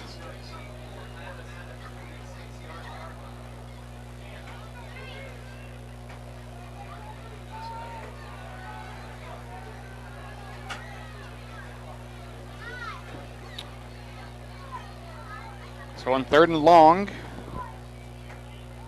Pass play, passing deep. He was hit as he threw it. Oh, he caught it. What a catch there. Wow. Number 3, I didn't think he was Tate going to Richardson. be able to get there. I think a defender our defensive back might have got turned around a little bit. Yeah. Is that what you saw? Yeah.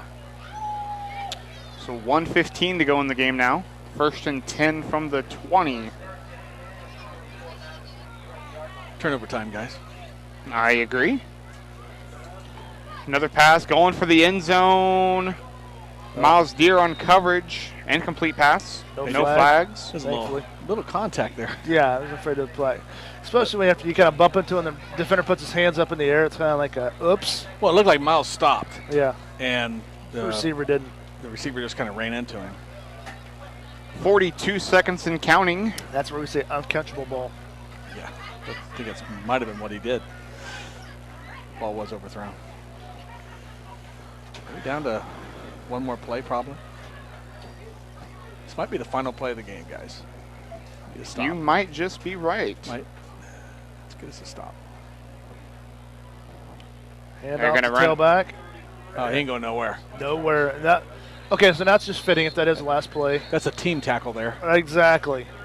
That is 10 seconds left. Yep. That'd be Fairfield 100% will- fitting. Wow. We'll head to midfield for handshakes. Nice job by some of the backups that come in there and put a halt to that drive. Nice And job. I think that last tackle was representative of how the whole game's been. It's been a team effort. It was a team tackle. It's been a team effort, special teams, defense, offense. The handshake start now, led by Derek Doherty. All contributed to this win tonight. And dominating win, I will say, too. 55-14. That'll look nice. Yeah. I'm going to tell you, going into the season, you lost some real talent coming at the end of last year, and really impressed by what these guys have done, and from week 1 to now through week 3. It's just so much fun to watch. Yeah. Because it's on every part of the ball, like you said, Tim. All 3 phases. It's just it's the coverage on the kicks. You're not letting them get away and get into the end zone. It's not okay. They may start at the 30-yard line, right? Yeah. But they're not taking it to the house. So the special teams.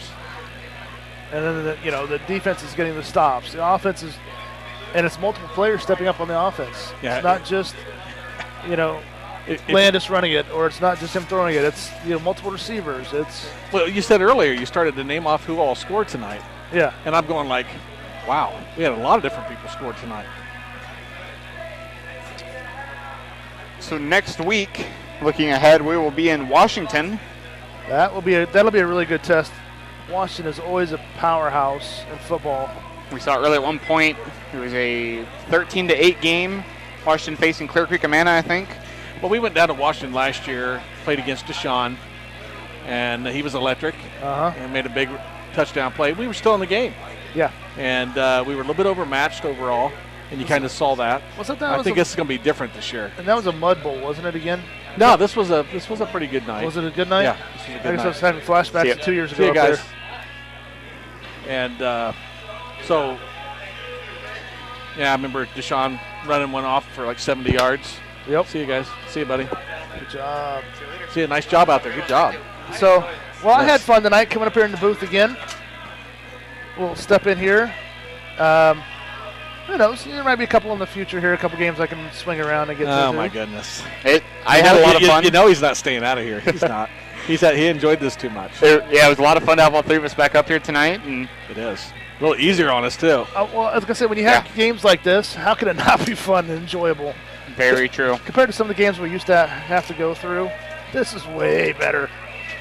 Well, we're on the other side of it. Yeah. You know? And the coaching staff does a fabulous job with these young men. Look at them down there. All right? They're a team. And the coaches are just so impressive on how they interact with these kids. And they're teaching them more than just football. They're teaching them life lessons. So, really impressive.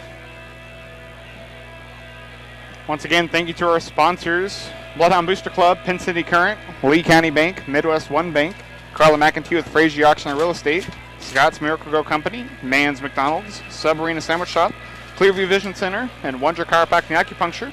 If you would be interested in sponsoring Bloodhound Sports, you can send a message to any of our social medias, or my email is also in the description of the live stream below.